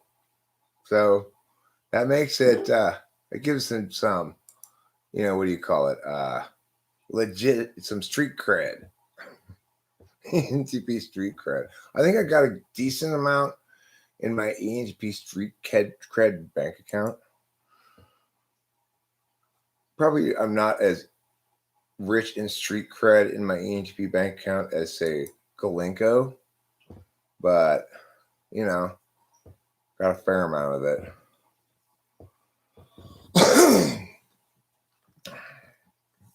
Tribology street cred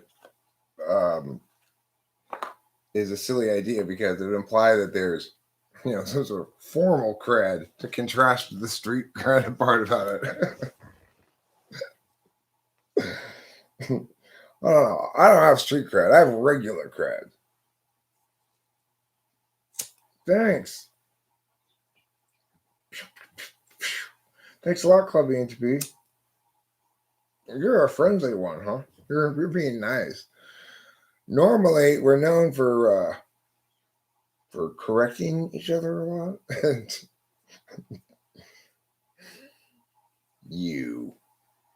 Don't you presume to extrovertly intuit around me. It's like when I showed Cameron, my ISTJ friend, my favorite ISTJ to watch, which is Les Stroud. He clearly doesn't want to watch other ISTJs be ISTJs. He wants to be ISTJ, doing himself, It was interesting to note, and it was kind of an eye-opener for me about how part of the personality thing is the reason that there's differentiation between different types, or maybe not the reason that there is, but one of the corollary phenomenon or something, or phenomena is that it affords people the opportunity to have a niche within the size of a community that people are biologically capable of keeping track of, which is about 100 people. Most people can't keep track of, as I guess you'd say, people rather than characters, more than about 100. Obviously, I could recognize and name more than 100 people, and so could any of us. We could, if you show us a bunch of president pictures, we probably got almost 50 people you could name right there or something, Well, not that many, but you probably wouldn't be able to name them all. The point is, the difference between knowing the name of an imaged person and including a person in your larger community, so to speak. From what I understand, there's kind of a being bigger than 100, your attentional resources are not capable of managing the interactions between the various parties in a way that would meaningfully say that, oh, you're Daparu, DeCrusha. You're the man with the red smoking jacket. Oh, okay. Let me see. Does your shirt say dope on it? In the top picture? Are you bald? Are you the Baldy McBaldertons, or are you the Hattie McHattertons? How much baldness do you have on the inside of your scalp? The part we can't see.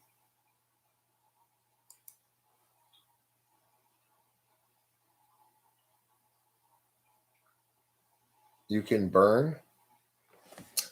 You mean like rap well? Are you using hip-hop colloquialisms with me? Because those can throw me sometimes. You know, it's like one time I was hanging out with hip-hop people and one of them came up to me and said, "I'd like to smash you in the Rari." I was very confused.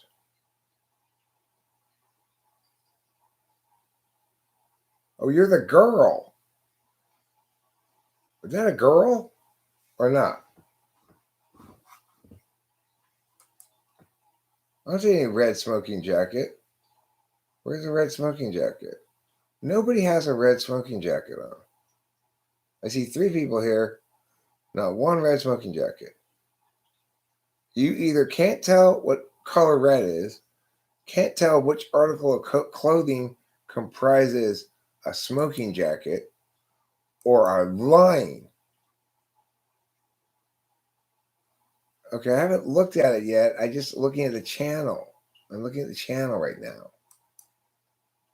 I'm just looking at the picture at the top.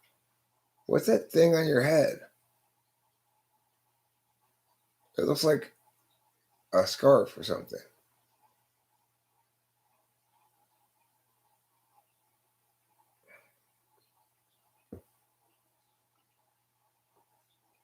Okay, I guess I'm going to have to watch it. Oh, so you're the only ENTP in this group. The other people are ISFJs and ESTP? See, I knew that guy with the hat and the beard wasn't an ENTP. I just smelled it the second I looked at him. I was like, that guy's not an ENTP. I shit you not. The second I saw that guy, I thought, okay, well, an ENTP. I don't know why. I didn't place a lot of weight in it. I didn't say to myself, this is necessarily the case. But my gut said, that other guy, that guy on the left there, he's not an ENTP.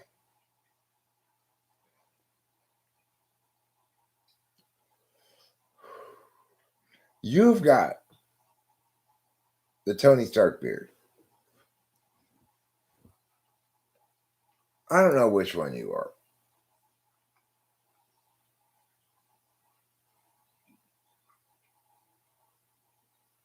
I can't tell. You're confusing me too much now. I'm so confused that I'll probably never recover for the rest of my life.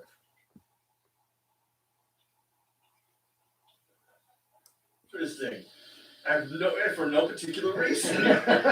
Is that you who just said for no particular reason? Are you the one who just said for no particular reason? That's what I want to know. I typed you wrong? You're an ENFJ? Okay, well, if you're going to convince me that I typed you wrong because you're an ENFJ, then the best route to convince me of that is that you're actually SI polar and that the SI test results were either I didn't test it enough or that since you realized that you muggity meows. Well, nobody's all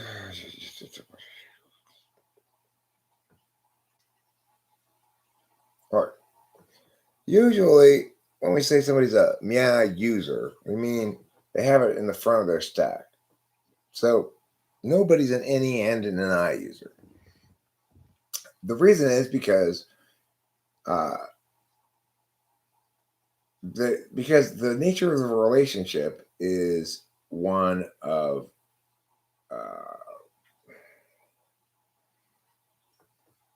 inversely proportional strategies towards epistemology, basically.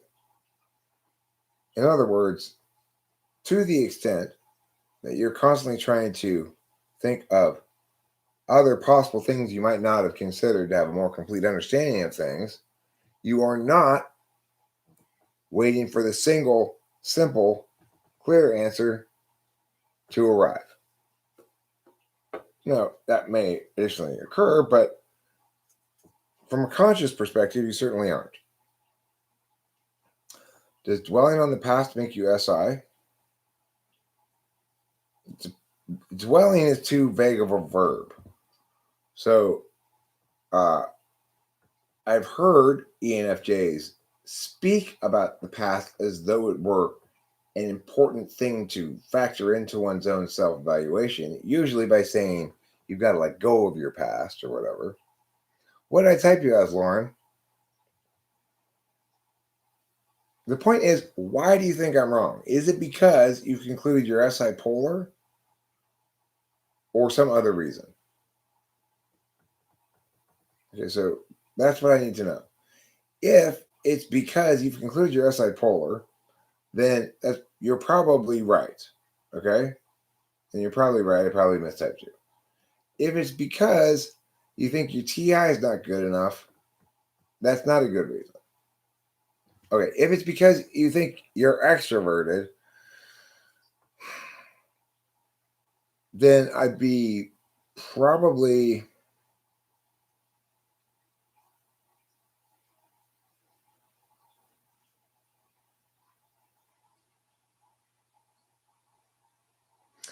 well, I mean, it's like how much detail can you provide about your proceedings through life on the experiential level? So ENFJs can provide very little. When I say to an ENFJ, can you walk me through what you did from this morning until this evening? They can't do it. It takes them quite a while to get the concept even of what I'm asking, or struggle with that a little bit. And then if I give them an example of the details, even with ENFJs, you can see their eyes glazing over. And today, I was thinking about this morning or yesterday morning, sure. Yesterday morning's a little harder, but this morning, you should still be able to do this morning if you're anything but SI polar. So, like, what I mean by that, it's not whether you can do it. It's not really exactly binary. For people who are heavily SI, this naturally proceeds through a sequence of stuff that they noted with their SI as they experienced it. Well, first I got up, I made a fresh pot of coffee, and then I got a handful of seeds from the big bag of sunflower seeds, and I walked outside and I threw it to the birds over there by the patio. And then I came back inside here, and I was going to watch a little bit of a video, but then I was still really super tired, so I lay back down and went back to sleep. And then when I got up the next time, it was like 2 hours later, I had to pee. And so the thing is, if you can do that, and the real question is, INFJs aren't going to naturally like to do that, aren't going to naturally do that. Rachel, very rarely do I ever hear her relate to me something she did earlier for a non-instrumental purpose. So she's never just telling stories about what happened earlier. She might periodically say, "Oh, I forgot to tell you, I talked to Miggity Meow today about Miggity Meow," but she just never does the SFJ thing that all the SFJs in my life have done and been, right? Like from my mom to my second wife to Kimberly, they all share, the ESFJs and ISFJs share this quality of, oh my God, I've got to tell you. So I saw Jenny at the supermarket, and you remember Jenny. She's the one with the long dark brown hair, and she had a nose job about 4 years ago. You may not have known that. I don't know if I told you. Yeah, well, Robert, who works in NASA? She's the one who works over there. Anyway, yeah, she's been dating him now for about 3 years. Oh, that was Hillary. Yeah, he did used to date Hillary. No, that didn't work out for them. I don't know why. No. It seemed they were amicable about it. I'm not sure what happened. But anyway, let me get back to the story. So I saw her today in the supermarket, right? And I was like, is that you? That's got to be you. Because her hair looked totally different now. she actually got kind of wild. She had gotten a streak of blue in it. Anyway, right? So I've had so much SFJ around me, and it's my quadra, I can imitate it really naturally without actually referencing.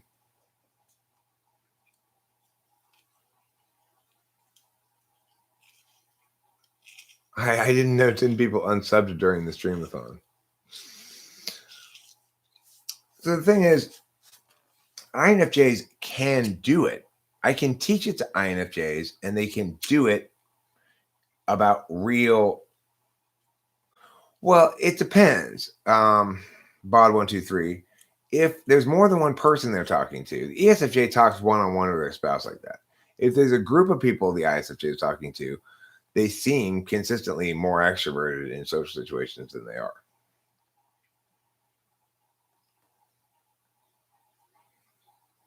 Everybody feels connected to you, but the truth is we really are just interested in how they think it, if we can lightly or heavily influence how they think. I don't really have a great desire to. Well, I do. I guess I use slightly different language. I'd say I have a desire to influence how people talk, rather, and then figuring the thinking. The thinking. I wanna police the public discourse sphere. I have this urge to do that. Like, you can't talk about public policy matters this way. Because you're doing it in bad ways that are wrong and evil. You can't remember what you did from 8 to 5 p.m. yesterday? That's rather a long stretch of time for you not to be able to remember what you did. You lost me? All I said was, I use slightly different language. I am interested, because I first going to say, I don't think I'm really that interested in influencing how people think. But what I realized is I just use slightly different language. I am interested in influencing how people talk, which is my way of saying that, basically. And my tendency is to feel like I want to police discourse about public policy specifically. When people don't talk about public policy in ways that I validate as appropriately dispassionate, then I get passionate about how they're talking about politics wrong. Tautology TM. Stop trademarking my body parts. You know that's the name for my penis. Tautology.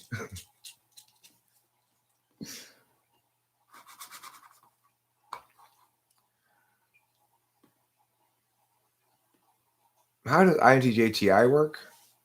I think INTJs tend to think of TI considerations as prerequisites to getting back to what they're doing. So it's like they expect the world to require of them some TI justifications that withstand muster, and they're capable of producing them, and they're not surprised when it expects it, and they probably incorporate it in their planning to a certain extent to provide those adequate justifications. But it's a part of the job that at the end of the day I think is a stupid waste of time. Who cares if we use this word or that word to describe it? It doesn't matter. The point is what we're actually doing, It's something that's going to go through the INTJ's head plenty often when TI people are carrying on about the importance of word precision. Who's mad at ENFJs? Nobody's mad at ENFJs. I have never heard people around here anyway go on any anti-ENFJ rants. If your SI is really that bad, then you're probably right. I probably did mistype you, and you're probably an ENFJ. It can be very difficult to tell apart ISFJs and ESFJs and INFJs and ENFJs when you're interacting with them for the first time, or when you don't know them very well, because the tool function extroverted feeling is going to make the introverts look very extroverted too. So it appears, however, though, Lauren Cuthbert, that I may have undertested your SI. I do not need to meet you in person to type you. I don't mind meeting you in person. That's fine. But I will not more successfully type you by typing you in person than I will typing you over the internet. We're having a meetup in August. You're welcome to come, of course. It's in Indianapolis, which is probably closer to England than California. Pretty sure. So that'd be a little easier for you than California. I have no problem meeting with people from the channel. I've done it plenty of times before. I like doing it. But I am not as I'm not as liquid as I used to be at some times in my life. So I can't afford to go driving around the country quite as much as I used to. But or you'll be fully vaxxed in a bit? Wonderful. Oh my gosh. Thank you. Thank you for saving lives, Lauren Cuthbert. Boba Fett, did you see, everybody? Lauren Cuthbert just saved a lot of lives. She's constantly saving lives with her vaccine passports. I finally got around to it. Just yesterday, what I did was I counted all the lives that I had saved by staying home during COVID, and a total over 3 million lives. I was pretty surprised. I called the police department and asked them, does that mean I have credit for 3 million murders? They said they'd have to get back to me on that. So fingers crossed.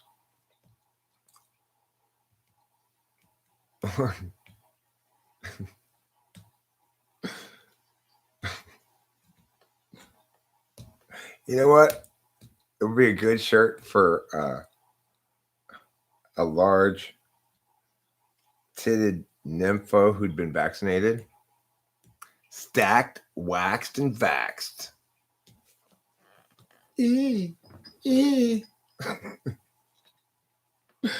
Like that. It's kind of like my dream store, my dream of being a proprietor who opens up his own small business called Lamps, Ramps, and Amps. It sells my 3 favorite things: lamps, ramps, and amps. With those 3 things, you can pretty much do anything you want in life. You can see things that in the nighttime. You can roll things upstairs, and you can plug your electric guitar into something. What else do you need from life but lamps, ramps, and amps? Clamps? Okay, we do need clamps. We can put clamps in the store too, but I'm not sure it's going to make the name of the store, because lamps, ramps, and amps has a nice, comfortable conclusiveness to it. Lamps, ramps, amps, and clamps, that might bother Gramps.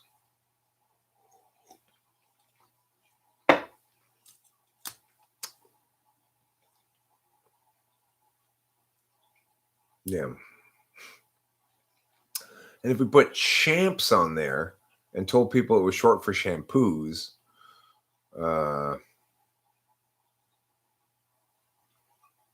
then at that point, I'd be guilty of full blast mission creep from my original clear, genius vision of opening up a store called Ramps, Lamps, and Amps.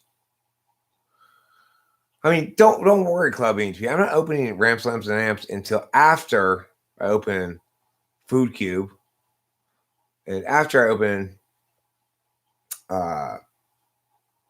More Than Just Condiments, which is mostly just condiments. After I open my business, All Licenses All the Time, which issues licenses to people for things they don't need to be licensed for. Because, after all, you know you're qualified when you're a licensed home gardener to garden at home. If you're not licensed, you might not be qualified to garden at home and might not even know it. Here at All Licenses All the Time, we provide peace of mind. Know that you are qualified enough to engage in home gardening without legal consequence by getting a license today.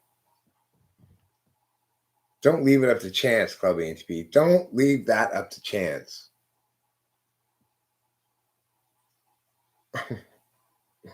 You are the Shapuba? I can garden your bush any day. Yeah, 'cause it's filled with hay. Pull out the hay and throw it away when you're gardening my bush. Every day, gardening my bush. Yeah, gardening my bush. What? It's quite a bush. Bring your sharpest scissors and trim upon my bush.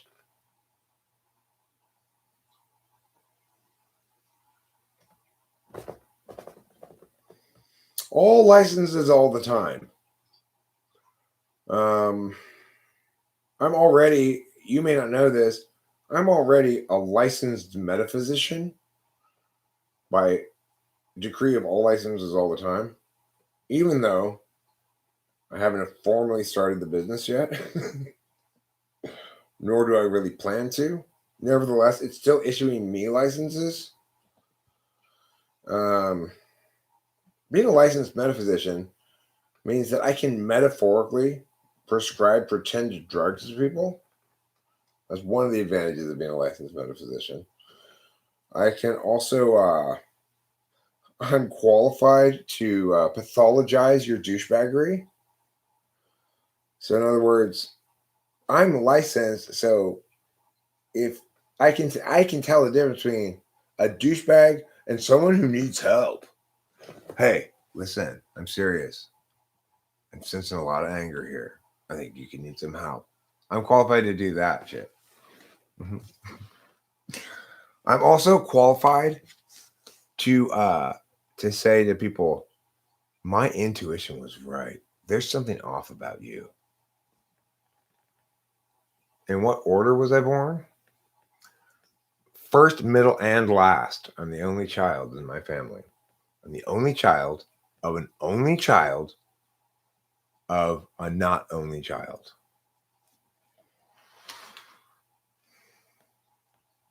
Does that mean you can treat my sinus infection? Are you feeling it for Winston's mom, Lauren? That is such a Winston's mom comment.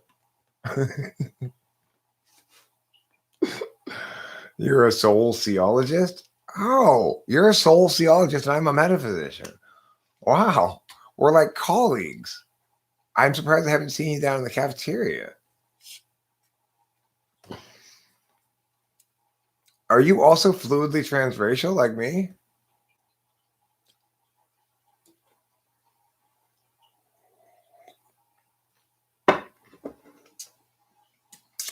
Well, the thing is, I've managed to come up with a solution to bypass that entirely. So I've got a deal where I don't even longer have to even get involved. The drugs prescribe themselves to me. So I'm not doing anything right now. I'm not making, this isn't me. This is the weed climbing by itself into the bowl, reminding me to smoke it. But you can cultivate this kind of relationship with weed, but you got to be super polite to it because it's very FI and it gets its feelings hurt very easily.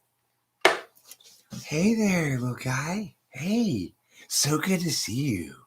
Oh yeah, I'm going to smoke you with my lungs. I'm excited about it too. No, I'm not insulting you at all.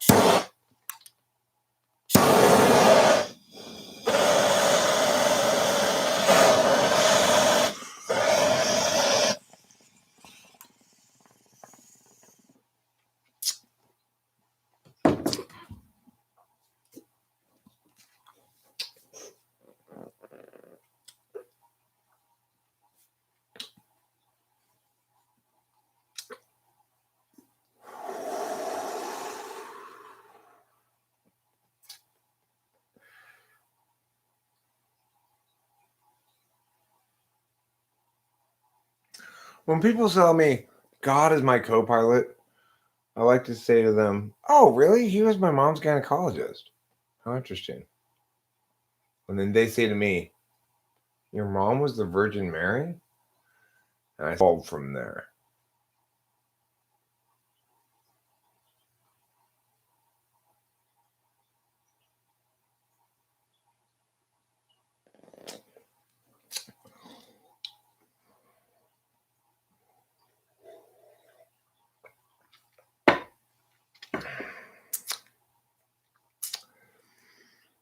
Well, right. So, I mean, Drew Brown asked an interesting question here. I have found assessment tests that seem to significantly impact behavior, personality type, attachment style, love language. Do you know of other assessment tests that seem to be significant? So, okay. The first thing I want to do in responding to this is to say that when we're talking about behavior, we're talking about uh, really half-ish of the equation, more like a third and a half of it or whatever. But the thing is, psychologists and psychology in general, people want to talk about the aspects of human that we can all see. And a lot of times there's a bias towards the following directionality. What we can see has been caused by what we can't see. And what they can see here and here is caused by what they can't see here. Subconscious. The problem with this idea is generally it's considered that the subconscious is littered with objects that have been generated as sort of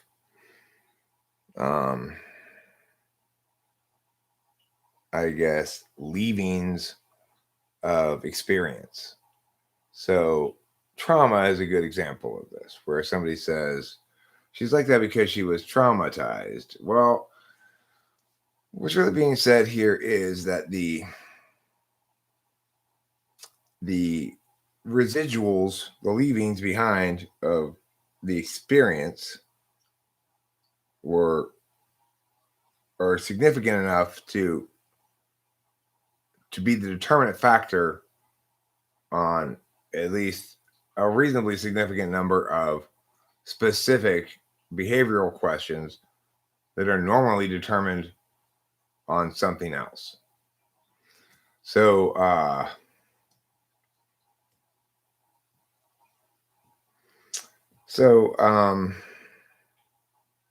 the point is, people have knowledge, they've got deliberation, and then they've got two ways of being a subject: action and interface.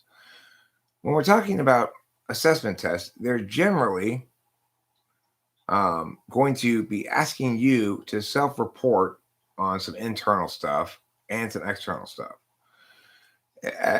How exactly they choose to do that, it depends on what they're self-asking about. So if you're talking about Enneagram, for example, or Enneagram, it has 9 numbers that represent, each of which represents a strategy towards harm avoidance, a strategy of harm avoidance. The notion of harm being experienced to an individual non-physically requires there to be a non-physical corollary to the body, which is generally referred to in psychology as the ego.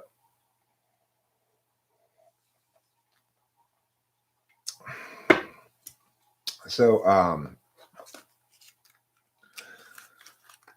and the problem in general with psychology is that it likes to look at things that are pinned down enough that it can look at them well. But once pinned down enough, those things, the better pinned down they are, the least the less they look like actual human experience. So it makes it tricky for psychology to make make any kind of really bold claims because people are an open system. So whatever your bold claim is, I can make a point of falsifying it. Since I'm an example of a human being, say humans are all meow, meow, meow, or people who are this type never do meow. But if I say something like, well, INTJs don't say things like blah, blah, blah, blah, blah, blah. And an INTJ will be sitting right here, and then the INTJ says that thing, goes, there, I falsified your statement. Well, okay.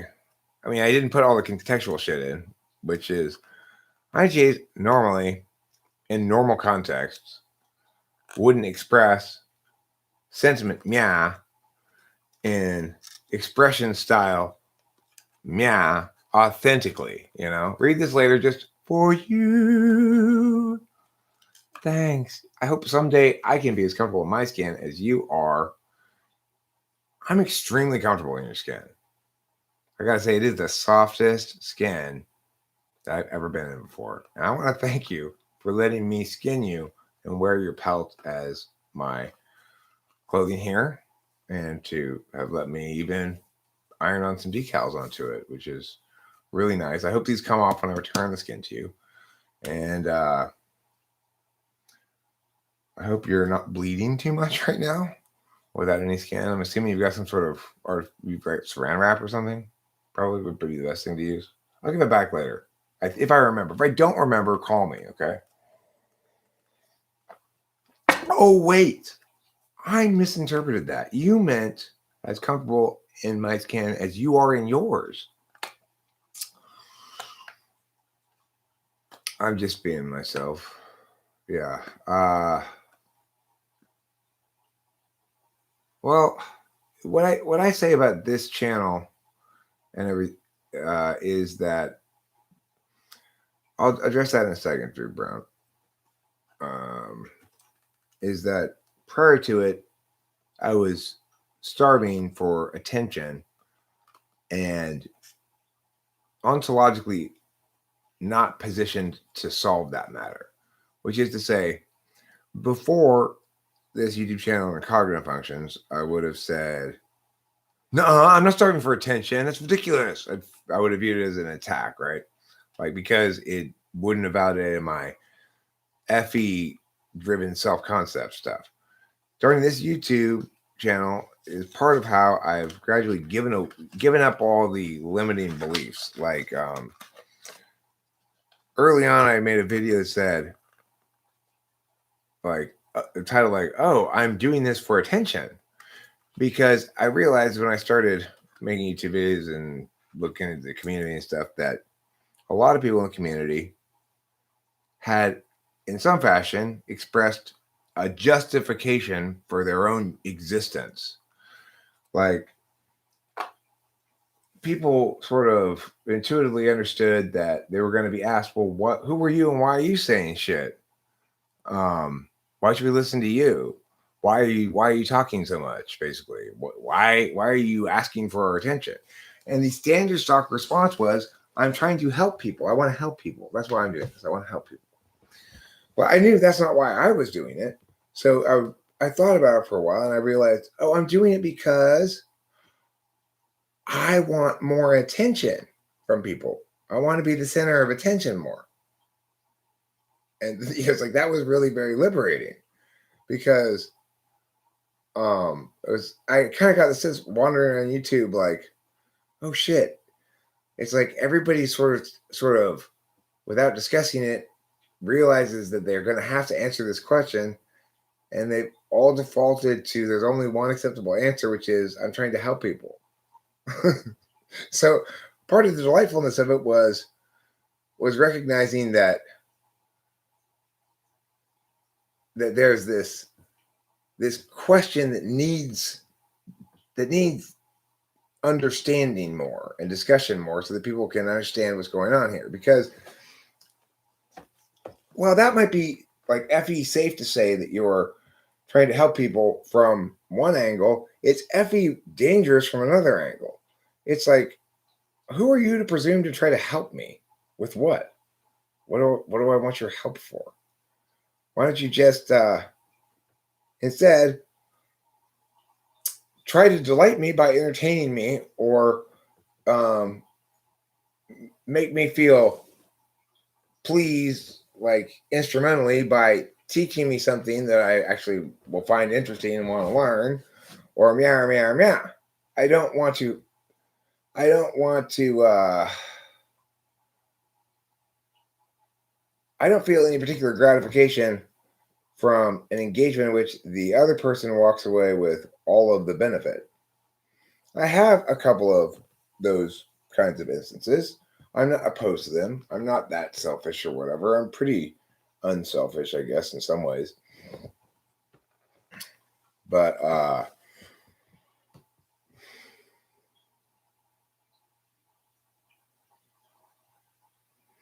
I mean, I feel very fortunate to have been raised the way I was. I was raised by an ESTJ and an ISFJ who were both at the more abstract and intellectual end of the most abstract and most intellectual end of the scale for their types, and who nevertheless loved me in a very earthy fashion, like censors do, if we're talking about my mom, and in a very earthy fashion, like censors do with my dad, but in a different capacity. So, like, my mom loved me with the hugging me and feeding me, and she just found me delightful in general. Found me great company. We chatted a lot, and she laughed at my jokes and stuff.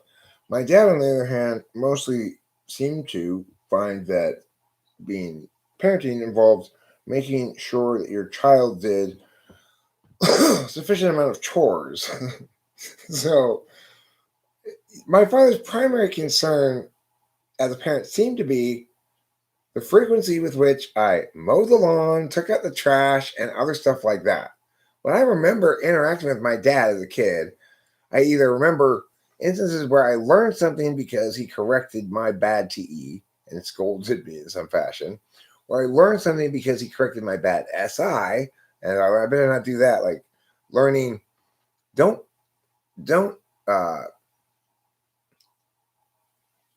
cut towards yourself, Eric. You're gonna stab yourself. That's like my shitty TE getting pointed out.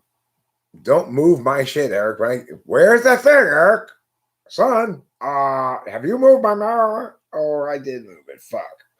I don't want to hear that anymore, so I'm going to never move dad's shit, right?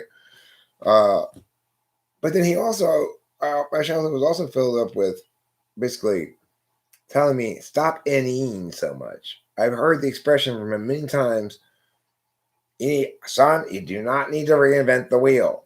You do not need to reinvent the wheel. Son, you're trying to reinvent the wheel again. Of course, he doesn't try to reinvent the wheel. He says it the same way every time. I mean, I agree with you. ESTJ dad is fine because my dad was just, he was just he was Red from that 70s show, you know. That's my dad, but he's older than that. But he's so ESTJ. You can move something 6 inches and he's all over it. He got out of town for a few days, you know, come back. Did you move the chair next to the other chair in the den to the left? About 6.25 inches. Dad, I don't know. Maybe. Why? It might be that somebody got into the house, son. We don't have like magical burglars going through our house, moving our furniture a little bit, and doing nothing else. Like my dad couldn't find a Tupperware container one time, and he thought that he posited maybe somebody's coming through the house at night. And stealing one Tupperware container?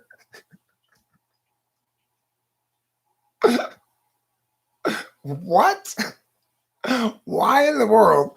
Please explain to me the motivations of somebody who would break into our house, walk from the back door as he was positing through the house to out the front door, stopping only in the kitchen to grab a Tupperware container on the way out. It's pure hilarity, the anti-polar.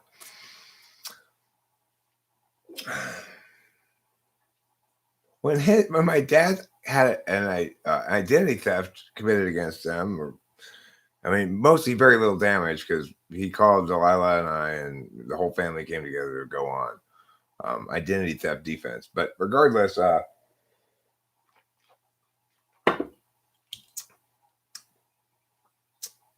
he didn't want to use the phone at home.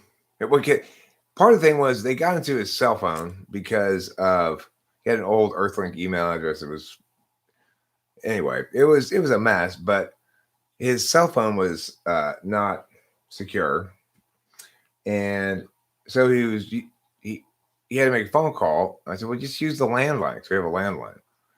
And he said, "Oh no, I'm not trusting this." I said, "But there's no way for them to hack your landline."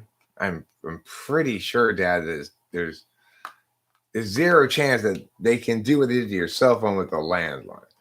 And he's like, "Well, I don't take any chances. I'm going to use the neighbor's landline across the street." And I guess when he went to use the neighbor's landline across the street, he had like this, picked up there wasn't a dial signal, and then he had to push it a couple times or whatever. And he came back concluding that this identity thief had hacked the neighbor's landline. Like, Dad, that's what I don't even know what to say in response to that. I don't know what to say. I'm just demoralized by hearing anybody say something like that because he doesn't want to hear, I tell him, but Dad, that's impossible. Yeah, it's not impossible, son. And he'll always collapse it. Well, we always have this conversation. You're an optimist. I'm a pessimist. But this is not pessimism, Dad. It's a refusal to think that anything can ever be determinate, that your experience should always be predicted to falsify what you know non-experientially. You can't rely on anything until you've experienced it. You just, don't count those chickens till they're hatched, son. Dad, it's a federally insured savings account. You don't need to insure it again, right? My dad loves getting insurance for things. Yeah, he's 8. I'm pretty sure he's 8. Although he's a happy, well-developed, comfortable, secure, and successful, like on his own metrics person.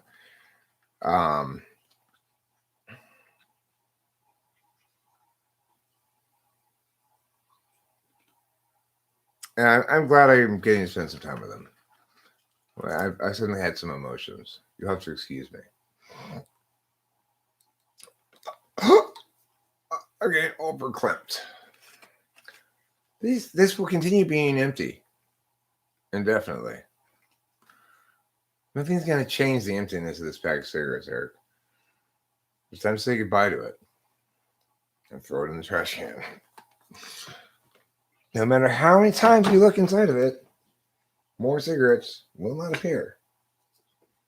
We need to accept not just object permanence, but non-existence permanence as well.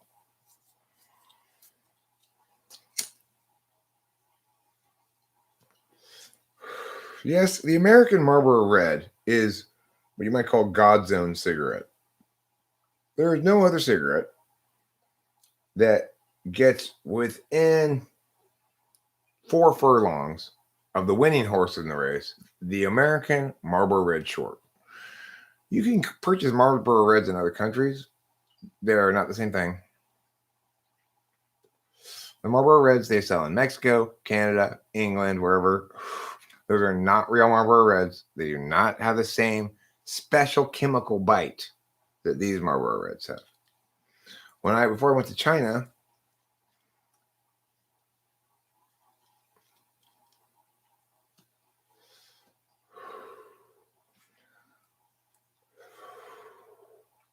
There's something special about a Marlboro Red's chemistry because it's got this nice, satisfying bite to the lung that makes you go, ah, I just smoked. That's what the body asks for.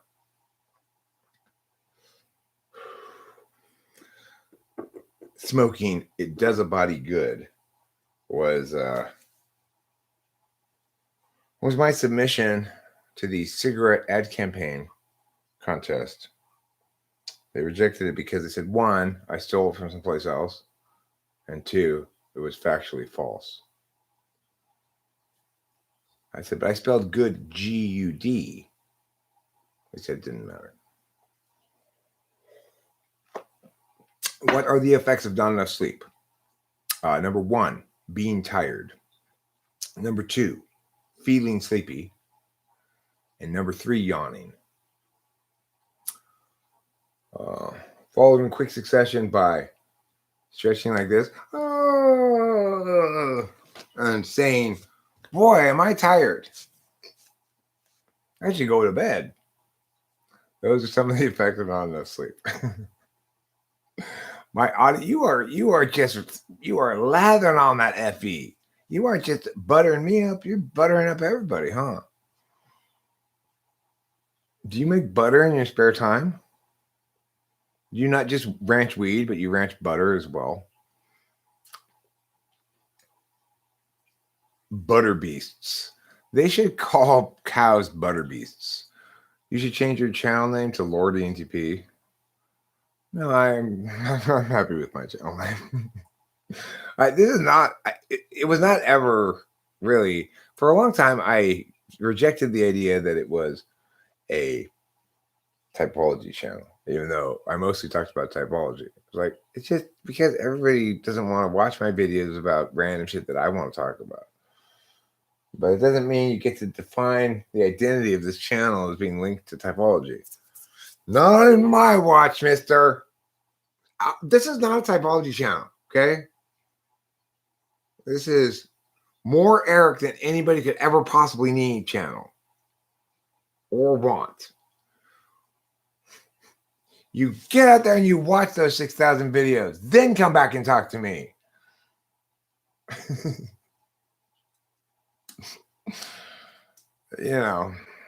It's like I've lived my entire life more or less on YouTube for the last 7 years. And so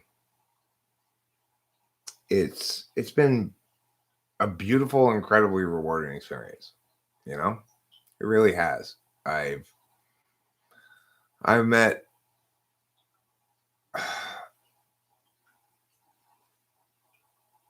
yeah, I got over that. How long have I gone without sleep? The longest I've ever gone without sleep is probably 2 full nights and halfway into a third or something. I've probably never done 3 full nights before. Oh, well, I didn't respond to it as though it definitely weren't a joke. I just addressed it directly.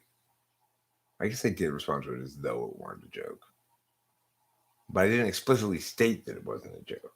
Okay, hey, in order for you to conclude that I don't think it's a joke, you need to hear me say before I comment upon something, I explicitly state that I don't think this is a joke.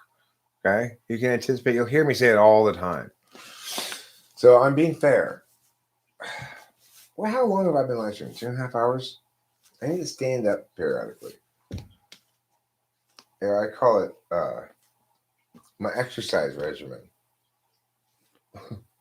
Sleep is hard and work wastes my time. I love that statement, James. Because most of the time, and you definitely expect, it's a great little turn of phrase because it's just what you'd expect, but you flip the things, right? But you expect that goes, work is hard and sleep wastes my time. That's sort of an SE angle on it, right? Or I guess, it's sort of an NE. And any angle about work that's non-intuitive or something. Like work is hard and sleep wastes my time, so I can't do real work when I'm not at work.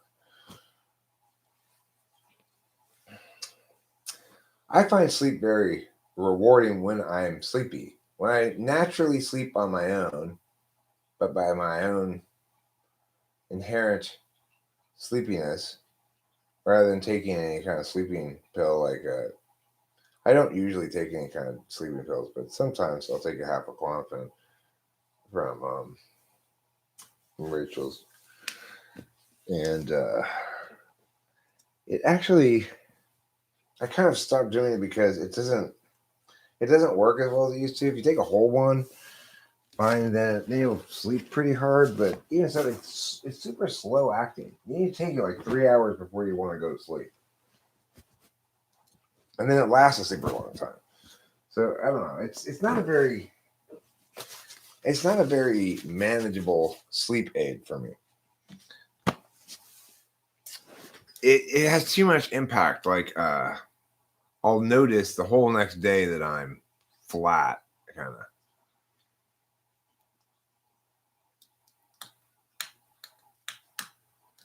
Well, here's the thing about trolling. ENTPs, I think, have a reputation for being trolly and for liking to troll. When I was younger, I did some what would legitimately be called trolling, but I guess I make fairly precise distinctions about the term now. I don't consider myself to really ever be trolling. I might be clowning a bit, like when I went to Elijah's stream earlier, I made a steady succession of jokes, but I wouldn't consider that trolling. Even though some of them were, there are a variety of kinds of jokes. Some of them more resemble the kind of jokes that trolls make than others, but the primary distinction between trolling and clowning is there's an element of dishonesty in trolling, which I don't have. So I'm doing something different. Real trolls come in pretending to be someone that they're not, and or refusing to reveal who they really are in order to provoke people into responding in ways that give them some sort of juice to see people get emotional about their whatever. That's not what I'm doing at all. I like to I do kind of like to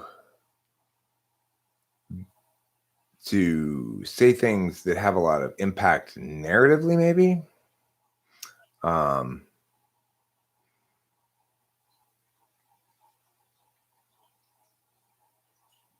GPO. So I'm doing my typical MO, go easy. I'm actually knows this. I'm not. Am I going hard? I wasn't critiquing you or anything. I'm not. I feel like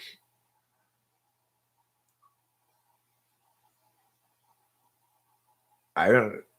It's just like a very. This happens to me with Rachel sometimes. Rachel will be like, she'll like apologize for something that I just, it takes me a while. What are you apologizing for? What that?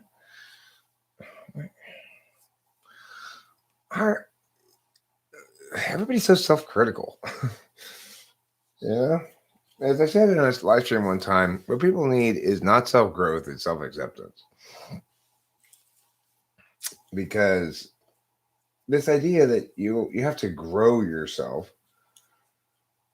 well, and or heal yourself from everything that's ever happened to you or something.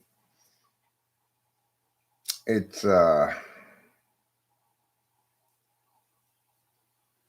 how you don't accept yourself, in part at least, right? So that's part of the equation. Part of the equation, it can be narratively how you keep track of yourself over a longer haul than the immediate present.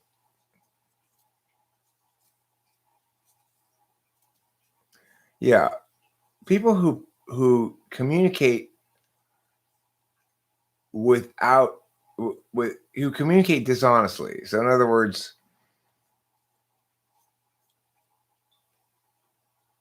They go and they say a statement they know is going to be very unpopular because they're trying to provoke that group of people and don't ultimately have a friendly intention to them. And oh yeah, I know. Yeah, I can be capable of being an asshole, but the thing is, when I finally went and looked at your channel, I saw that you have like, I don't remember how many subscribers. It was like not a whole shit ton, 64 or something. So I can't be mean to you without bullying you, basically. So I can't really be an asshole to you without giving up a lot of FE social capital. So I won't, as a consequence. I'll try not to anyway. Sometimes I'm in a bad mood and then I just am an asshole to everybody. The idea of just accepting the current state is boring and hurts both my ontology and my anime character-like feelings. Stop fighting it. Accept everything as it is all the time, okay? The number one thing to do is just give up. Give up all hope of anything ever changing. That's what it means to accept yourself. No, that's not what it means, Sky Gear. That's not what it means to be self-accepting. If you are happy but excited because you could get better, you're accepting yourself just fine. If you are beating yourself up saying, God, why am I such an idiot? Why do I keep doing this thing? I need to change. Then you're not accepting yourself enough. And the thing you're doing is not a path to growth. You know what I'm saying? I've been plenty of time beating myself up and calling myself all kinds of names and trying to exact justice for the world on the world's behalf against myself for my drunkenness, for being a drunk for so many years. Like, I knew I deserved to suffer because I was a worthless drunk. Even though I wasn't worthless, I wasn't really a drunk, like in the sense that most of my time was spent work, not drinking, but my free time was all spent drunk. It's like I used to complain about working 60-hour weeks or whatever, but the reality is I knew if I didn't stay at work, I'd get drunk too soon, and it's like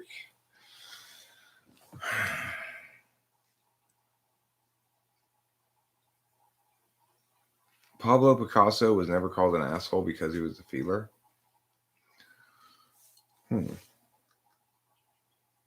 But I called him an asshole just like 3 days ago. I spent about 4 hours calling him an asshole. A solid 4 hours. Just ranting about what an asshole Pablo Picasso was. So it looks like I just falsified your claim.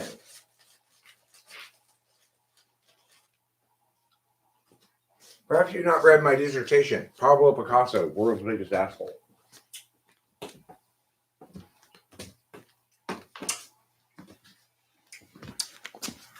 You know that painting he does of the lady with like the crazy lines and stuff on her face? She hired him to do a photorealistic picture of her, and he told her that's exactly what she actually looked like. It took her years of therapy to get over it. I absolutely love who you are because I love who I am. It's important. And I absolutely love who you are because you love who you are. And if I love who you are, then you love what I love. And I also love what you love, which is my love and who I am. Ergo, a whole tornado of emotions rises into the sky, carrying away farm animals and the girl from Wizard of Oz. That was the original beginning of Wizard of Oz. They cut that scene and rewrite. It's gonna have too many words in it.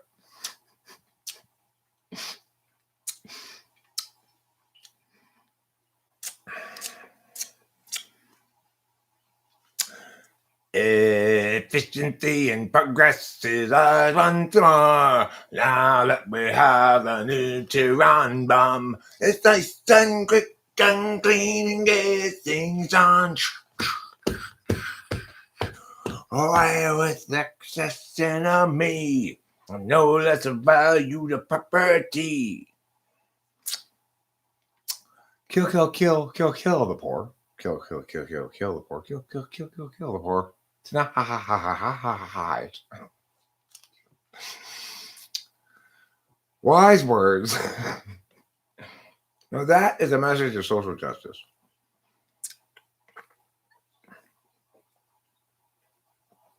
It's like, fine, someone's doing something, finally, about those damn poor people.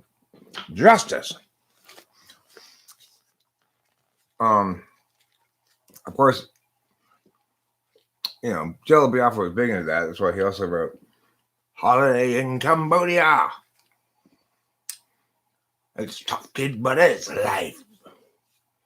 In which he sentences some mindless suburban conformists to a holiday in Cambodia where they're enslaved by the commies, forced to eat poo for dinner.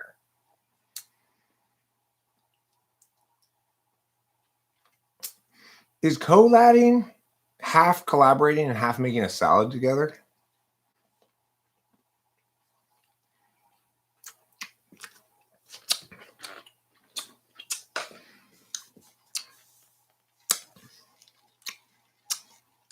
I haven't seen anything of yours. You are just two words, a two-word name on the screen, plus a little bit of your channel that I looked at. Ooh, let's be lads together. Oh, co-lad. I see. Do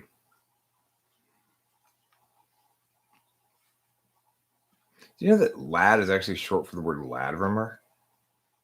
It's true. A Latimer was a male companion of indeterminate age, back in the Dark Ages, before colloquially it came to refer to a homosexual relationship, at which point people stopped using it. When it reemerged years later as lad, they'd forgotten the origin story. It's a miracle of truth. It's a wonderful waterfall of words. You're here today, learning new things that never happened before. Well, I got to go over there for a second. I'll be right back. While I'm gone, I want you guys to speculate about why I'm going over there. Okay? If you're willing to. I don't mean to try to force speculation upon you, but if you have it within your heart to do me a great favor, I want you to speculate on why I'm going over here. Because I love reading speculative musings. It's my favorite genre of writing. And you know, I just can't find enough good speculative musings in your major publications these days. Hence, I've asked you to speculate for me, and then I'll just sit over here in the corner and rub one out as I read it. Okay? Because I really like speculative writing. Oh God, it's so speculative. Oh yeah. Speculate harder. Oh my God, that's totally just conjecture. Ew. I'm feeling a sexual energy pulsing through my entire body. Oh, you can hear it almost. Oh yeah. Oh yeah. Oh, oh, oh, oh. Oh yeah. What is that, a squid I got over here? I think I have a squid over here. That's your first clue. I have a squid.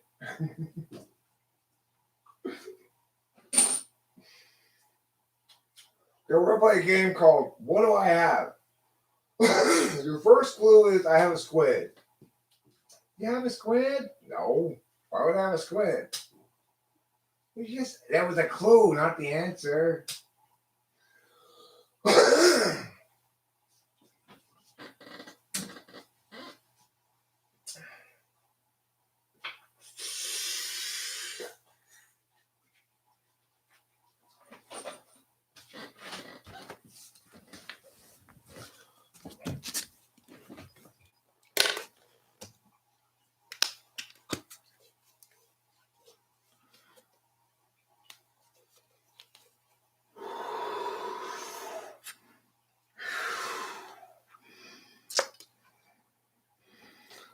The truth is, the squid who lives next door is actually a whippet stealer. That's why the squid's over here hanging out with me. Because I'm sorry, I didn't realize that. But at first I thought, this guy's so boring, I don't really want to hang out with him. Then he mentioned that he was a formal whippets distributor, and I said, would you like to come over to my house and hang out for a barbecue or something? And since then, we've been fast friends. I used to think squids were kind of a little bit too much sea creatures for me, because it's just not my cup of tea. I don't really like hanging out with sea creatures. Usually it requires a lot of sailing. Not sailing, but saline, which is not my preferred form of water. But he has a whole fucking tank of this shit. It's like, so it's like, okay, fine. You can hang out with me, cephalopod, but don't get fresh with my girl.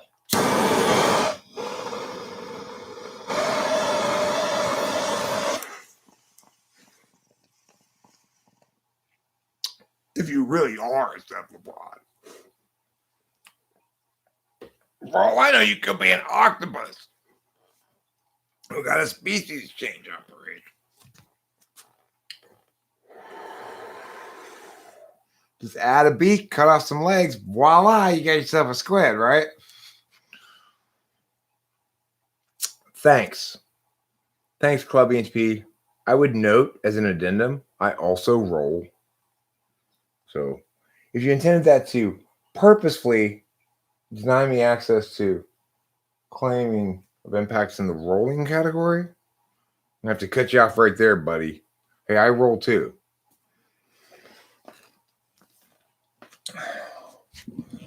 I'm Rolling Up on You, yeah, was my first hit single, in fact. 'Cause I'm rolling up on you, yeah. Rolling up on you tonight. 'Cause I'm rolling up on you, yeah. And I'm rolling up on you, all right. Well, I'm rocking, I'm rolling, I'm strolling, controlling, and bringing a whole pole lot around.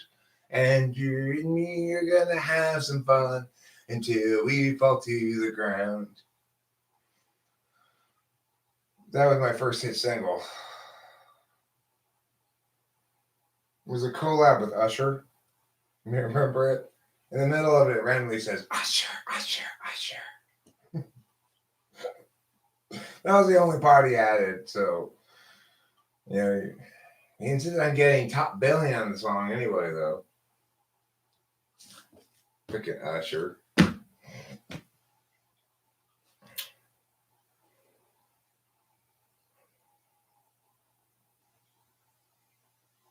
I'm paying a little person quarters to feed your squid. Why am I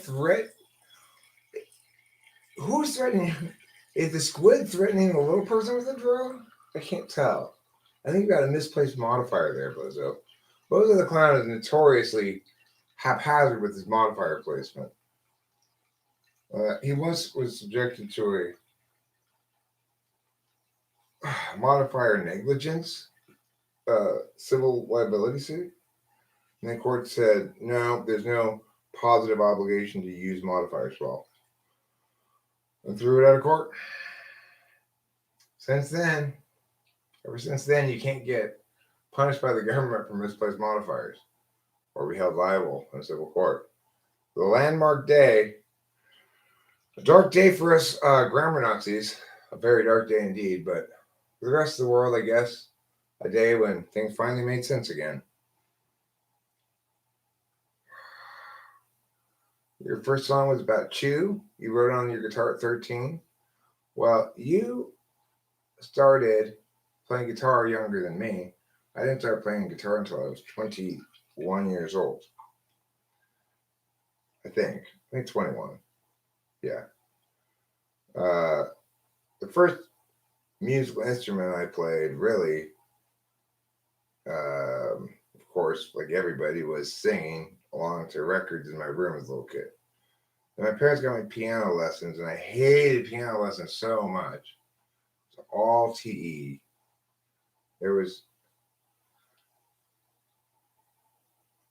It's like there needed to be some map work done before this piano lesson happened, right? Okay, so here's a piece of music you're going to play. And this is how you're going to start to learn to play music. This note is this, and wait, hold on. It's like imagine if you're a little kid and you wake up from a nap, suddenly you find yourself bobsledding down a bobsled run. You'd be like, wait, I knew we were going bobsledding, but I assumed, I guess I was wrong, that you would, I don't know, wake me up first and alert me to the fact that I was about to go bobsledding before just pushing me down the bobsled hill. Didn't we need to discuss this a little bit? What I want to learn in terms of songs or how I should be taught this or something? I was like, I hate piano. God, I hate it. At the same time, I try to, once I learned from the piano teacher, like which note went with which space or line, I tried writing random things on the spaces and lines and then playing it on the piano as a song that I wrote. But I didn't decide what the song was going to sound like and then write down the notes. I just wrote down the notes and found out what the song, quote unquote, sounded like. Not a good way to write a song, obviously. And it did not work at all. So it's like nobody explained anything to me, right? That's the basic problem with my whole childhood. In retrospect, it feels like, oh my God, how could nobody have explained any of this stuff to me? What the hell, you know? You got 2,000 songs? Yeah, I have a lot of songs too. The challenge becomes what qualifies as one of your songs. The reality is you have as many songs as you might actually play as part of a set, which could be as many as maybe 100 or something if you're like Billy Joel or whatever. But if you have a bunch of songs that are like more like freestyles that you never wrote down as in a book with the chord progression over the words or something like that, or that you don't remember how to play or you don't know how to play, it's like those ones. I probably have, like, the nice thing about YouTube is before YouTube, the songs that I wrote before YouTube, most of them have probably been lost because I didn't have a central organizational hub. But now I do, and everything goes up on YouTube.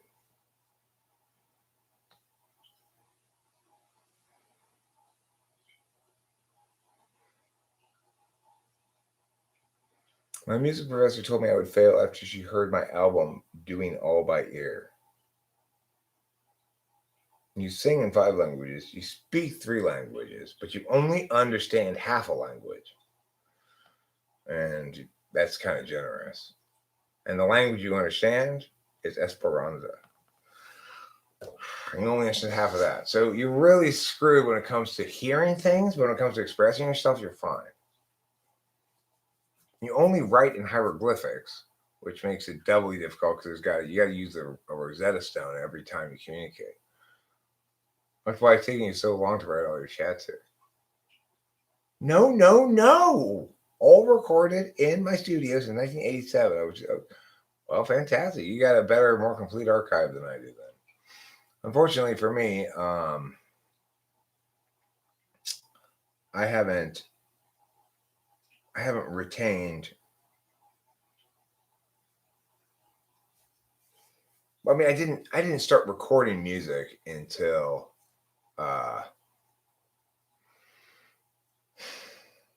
I mean, my first recordings were on a 4-track, like, you know, one of those old cassette tape 4-tracks, Tascam. And that was probably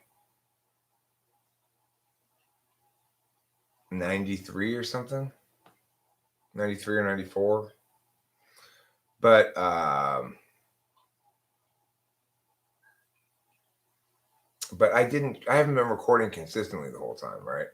So I record stuff on the 4-track that I have no idea where any of that shit is, right? And then I made a couple albums with the band I was in, which was a band, so it wasn't very good because it wasn't there was no singular vision to it. It was sort of like every person in the band was doing what they wanted to do, you know. But we didn't have a very good singer or anything. Well, I sang a couple of songs; those were definitely our better songs, but I let the singer do most of the singing. So, then I went through a fairly long stretch of time where I didn't really do any music stuff when my focus was mostly on working and debate. He had a Tascam, or you had a Clarion or a Tascam. Right. And then at some point in, I guess, my late 20s, I started working with some people again. I met a guy at work who had some equipment, brought it over to my house, and I worked with him on some tracks, and because he wanted to be the singer on some tracks, you know.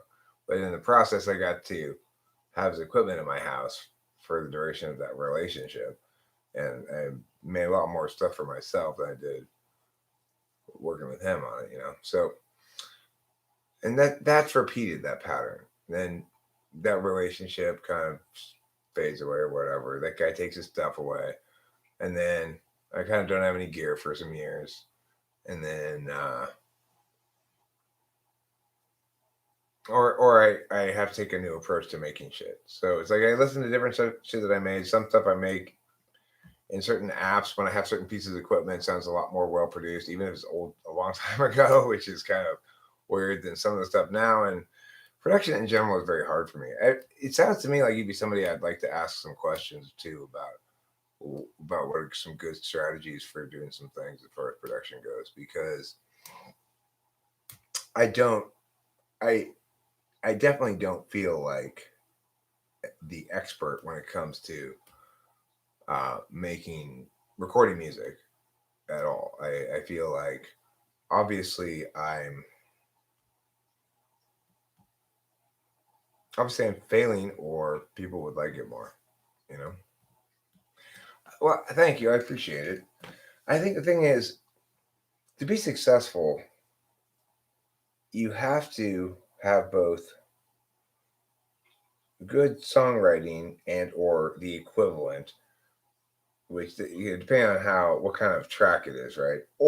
But you also have to you also have to have you have to have at least a certain threshold of quality and production, which is pretty high. And sometimes I hit that, and sometimes I don't. Most of the time I don't. So you're working in a Florida studio? Oh, I mean, I'm working FL Studio. Well, I don't know how to. I mean, I don't know what this entails. I'd be happy to work with you, sure, but I don't know what if this entails me traveling to Florida, though. I'm very unlikely to do it just for this purpose. I mean, it's weird because what you're saying is you might, if you're saying you'd like to, if you're willing to produce something of mine or whatever, that you're kind of catching me off guard here. Because I've long wanted somebody to want to produce my music, I'm I've never had anybody say they want to produce me before. So, if you want to produce me, absolutely, you can do it from afar, or we could do it. But I'm not going to travel to Florida anytime soon. I'm going to Indianapolis in August. But yeah, if you can produce me from afar or whatever, then that's fine. If you don't want to produce me, that's fine. I don't know what the no's are for. I'm confused now.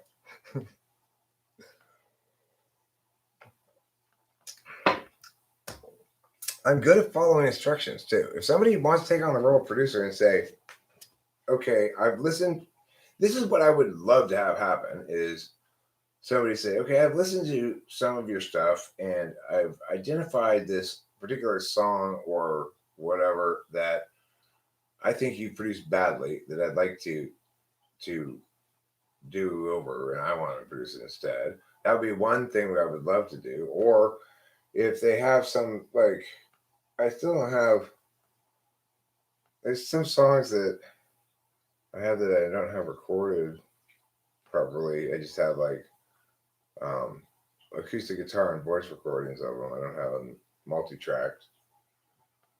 Like the Brooding song, Oh, you're in Washington State. Oh, FL stands for Fruity Loops. Oh, cool. I think I used that a long time ago, maybe, or was it Acid? No, it wasn't Acid. I think it was Fruity Loops. But it was an old version of it a long time ago. That's right. I remember now. I won't forget again probably until for at least 15 minutes. I bet you've got 15 minutes at least of me knowing that you don't live in Florida. Maybe longer now that I'm talking about it. This may stick forever. I may never forget that you don't live in Florida again. I may even additionally remember that you live in Washington State. Also, maybe forever. A little bit less likely that.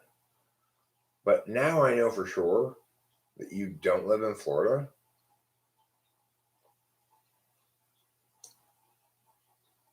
Because originally I was thinking maybe this guy is secretly Flo Rida.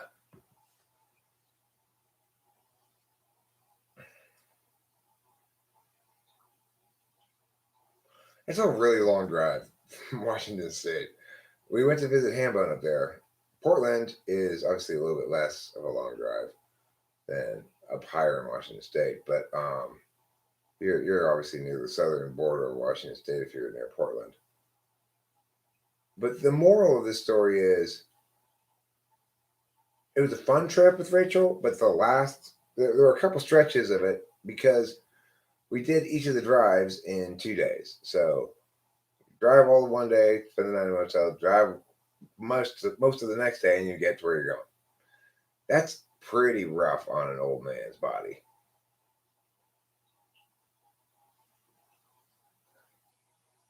Oh no, you're Honduran? But I'm Ecuadorian. That makes us mortal enemies. Oh, god damn it. Fucking Hondurans. Always causing trouble with their Central American neighbors. You know what I'm saying? In the middle of the Bay of Honduras, there lives a special guy. He resides on an island in the middle of the bay with his iMac and wondering why. He's got low lighting and wireless headphones too, and lots of electronic stuff. Plus he has got a computer to make it all add up. That's the Club ENTP song. It's like it makes you Santa Claus. You're the Santa Claus of that song, Club ENTP. I am out of cigarettes? Is that what's happening? Is that why I keep feeling this sense of what is wrong with things? I think so. You were born here on Santa Claus's lap at the mall. Mom insisted. Honey, I'm sorry. This has been my dream ever since I was a little girl. I said to my mom when I was 4 years old, and Santa and the mom said, Santa, when I finally have a kid, I'm going to come here and give birth on your lap, and I want to follow through on that promise. And now it's the same Santa. Hey, Santa, shut up. It's gross for me too, okay? I don't want this, but I don't break my promises. When I promised my 4-year-old self that I would give birth on Santa's lap, God damn it, I'm going to give birth on Santa's fucking lap. Now, help me do my breathing exercises.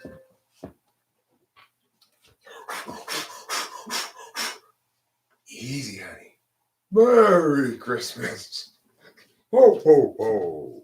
You shut up, Santa. Oh, okay. Ho, ho, okay. Hyperbolic pressure chamber. Always exaggerating the amount of pressure that it accomplishes. That's why they call it hyperbolic.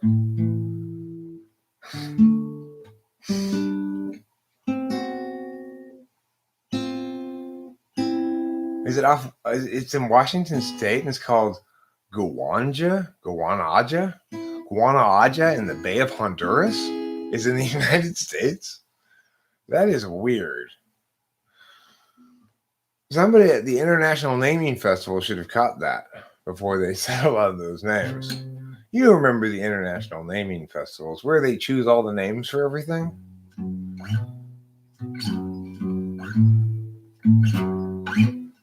I used to go there every year until they stopped having it. And then nobody knows where the names come from.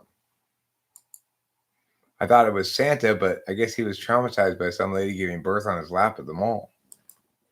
He didn't have time for it.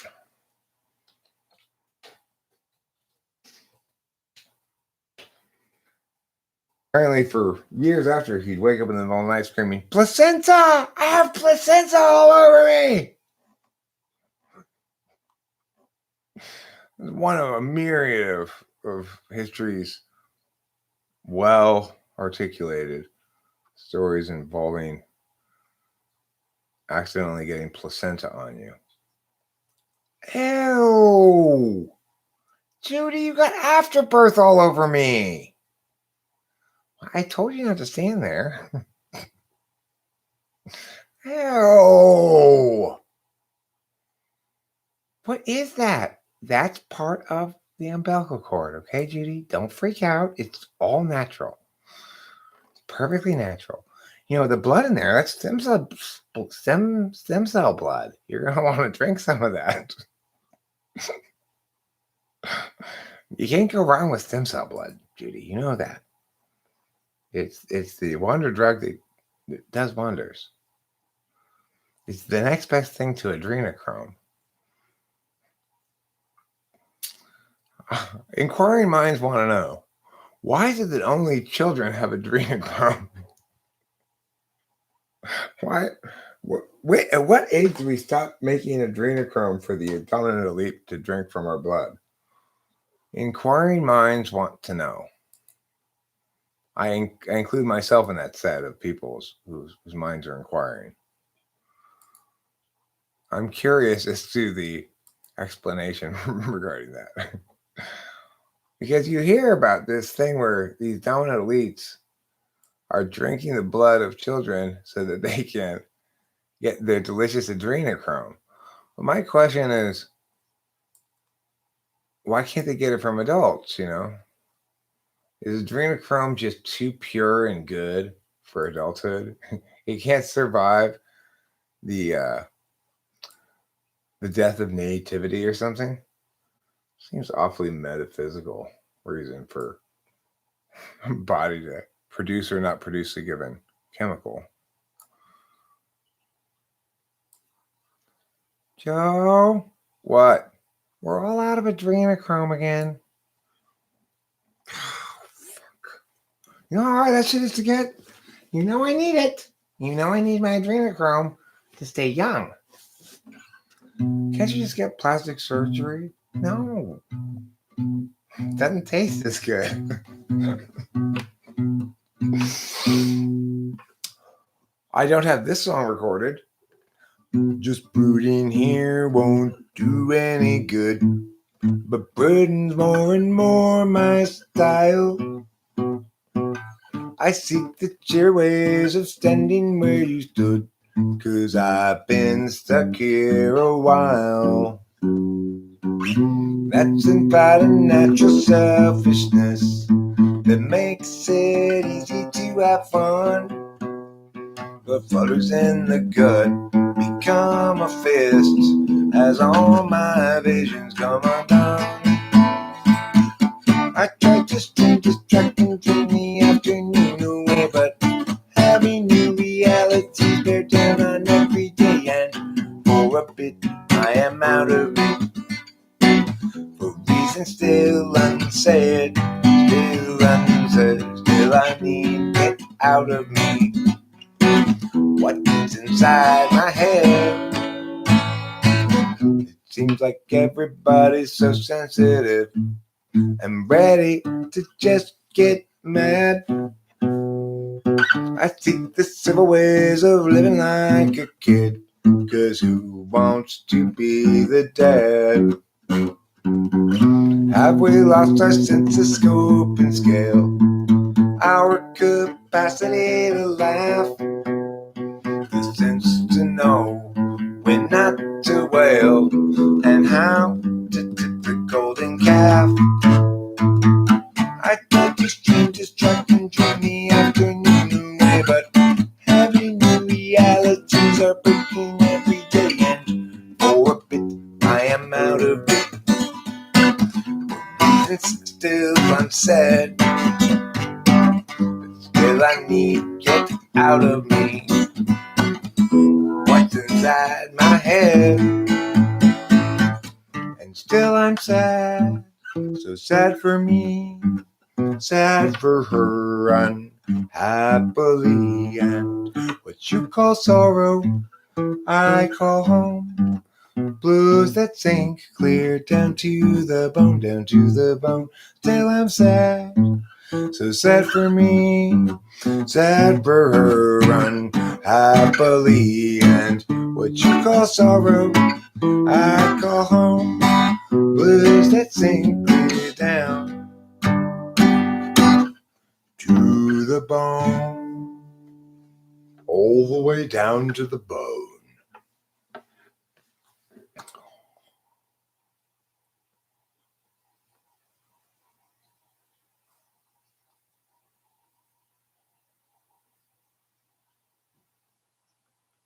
Hi, I just want to say it's really great to be here with you tonight. And you know, music is something that we all need in our lives. It helps bring us together and communicate with each other with our hearts. With our hearts. That's right. What we want to do now is play a wonderful song that's going to open your heart to the magic of love. Let's sing it together. When I was younger, it seemed that everything gleamed. I don't know what happened to me, but I've lost that sense of urgency, and I don't think that I'll ever see it again. If you follow my lead, you'll discover I'm loster than you, and you'll want to know the way to get back at it, wherever it was you thought you knew. And tomorrow will be just like today. I'll be lost then too.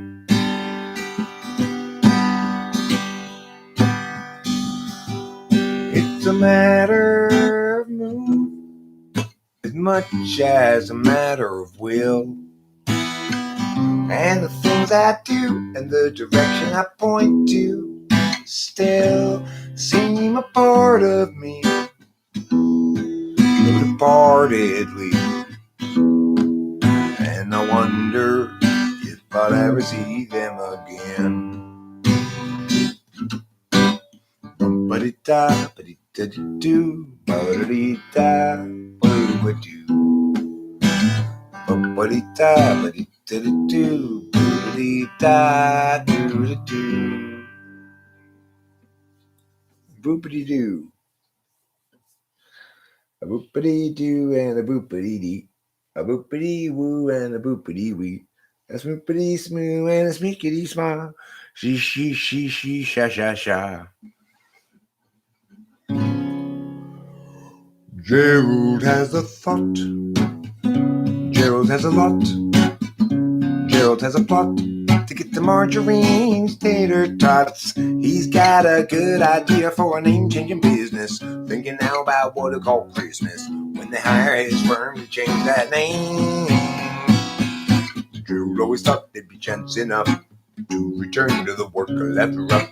He'd get back to it eventually, but his vision piled up and his plan would interrupt all the work that started off so hopefully. Now his mind is back on his business, thinking of changing factless to listless. So how all the people will shout his name. And Gerald knows he understands ever more clearly now.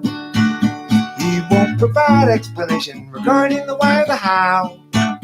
He'll see you and know you from inside your heart.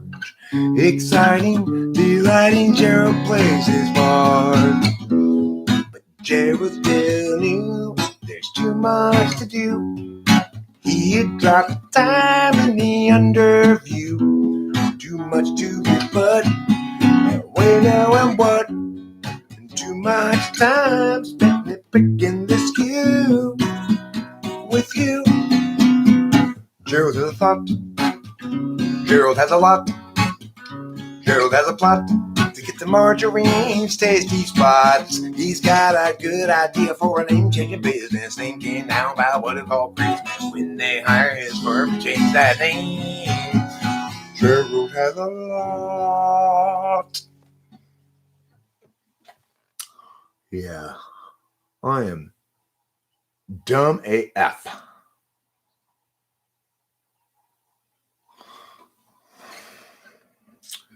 Compared to somebody much smarter than myself. Definitionally. Which is the best way for something to be definitionally. Pew, pew, tuning tune. Okay, what am I going to play on the old guitar here? Every life lived reaches a time when the road is into.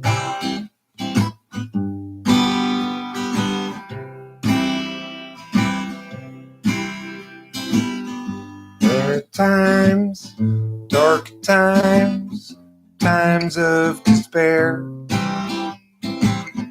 times when it's hard to feel good.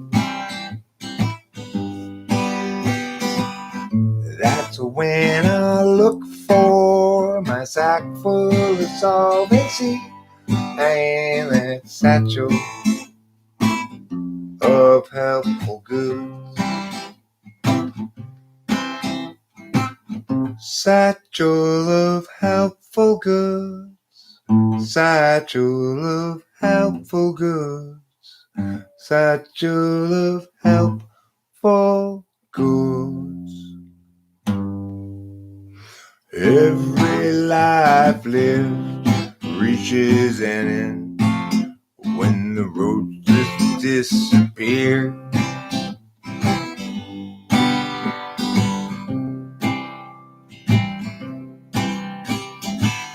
When I'm there, will there be anybody else around? Or will I travel all alone? That's when I look for my sack full of solvency and a satchel filled up with bone. And that satchel of nothing but home.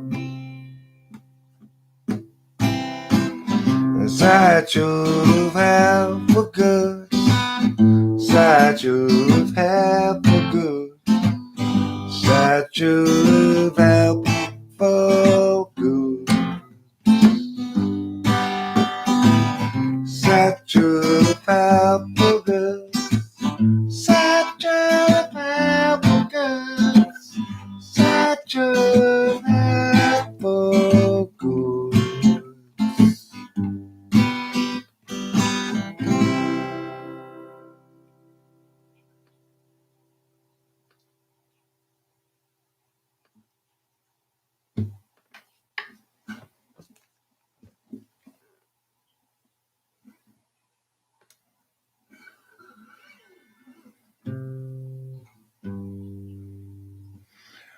Oh, well, he's pucker tart, lemon squeeze, the friendliest guy that you will see. Yes, he wants to be your friend, but he comes from around the bend, so it will be a while till he sees you again. He's pucker tart, lemon squeeze, he's a friend to you and me. He's international delight's favorite go-to right-hand guy. He's international like him, but he is also biz like his friend. The bee for bee, busiest creature, busy as a bee, busy as a beaver, and so much busier than pucker tart lemon squeeze. Well, he's pucker tart lemon squeeze, shabba bop bop bop doo ya, pucker tart lemon squeeze, shabba bop bop. He's pucker tart lemon squeeze, shabba bop bop bop doo ya, pucker tart lemon squeeze, shabba bop da. Pucker tart lemon squeeze, friendliest guy that you will see. Yes, he wants to be your friend, but he comes from around the bend, so it won't be a while till you see him again. He's pucker tart lemon squeeze, he's a friend to you and me. He's international delight's favorite go-to right-hand guy. He's international like him, but he's also busy like his friend. Bee for bee, busiest creature, busy as a bee and busy as a beaver, and so much busier than pucker tart lemon squeeze.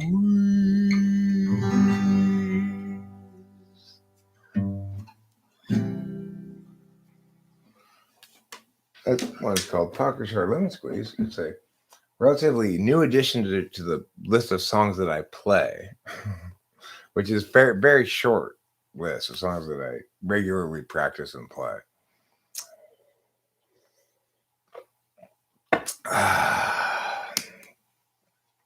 All right. Love you too, bro. You and I are going to bromance our way into our golden years, okay? Don't you worry about it. I eat bromance sandwiches for breakfast every day right before my cismance sandwiches, which is followed finally by my regular romantic sandwiches. As a dessert, I have filial love sandwiches, and finally I finish the whole thing off with agape, Catholic love. Thank you all, friends, for being here. I'm going to wrap it up. I'm tired-ish or something. I'm tired of sitting here, I guess. My butt is tired of sitting on this seat. Love you all from the bottom of my his art, as they say in the hip-hop community. Thank you so much for rocking and rolling with me tonight.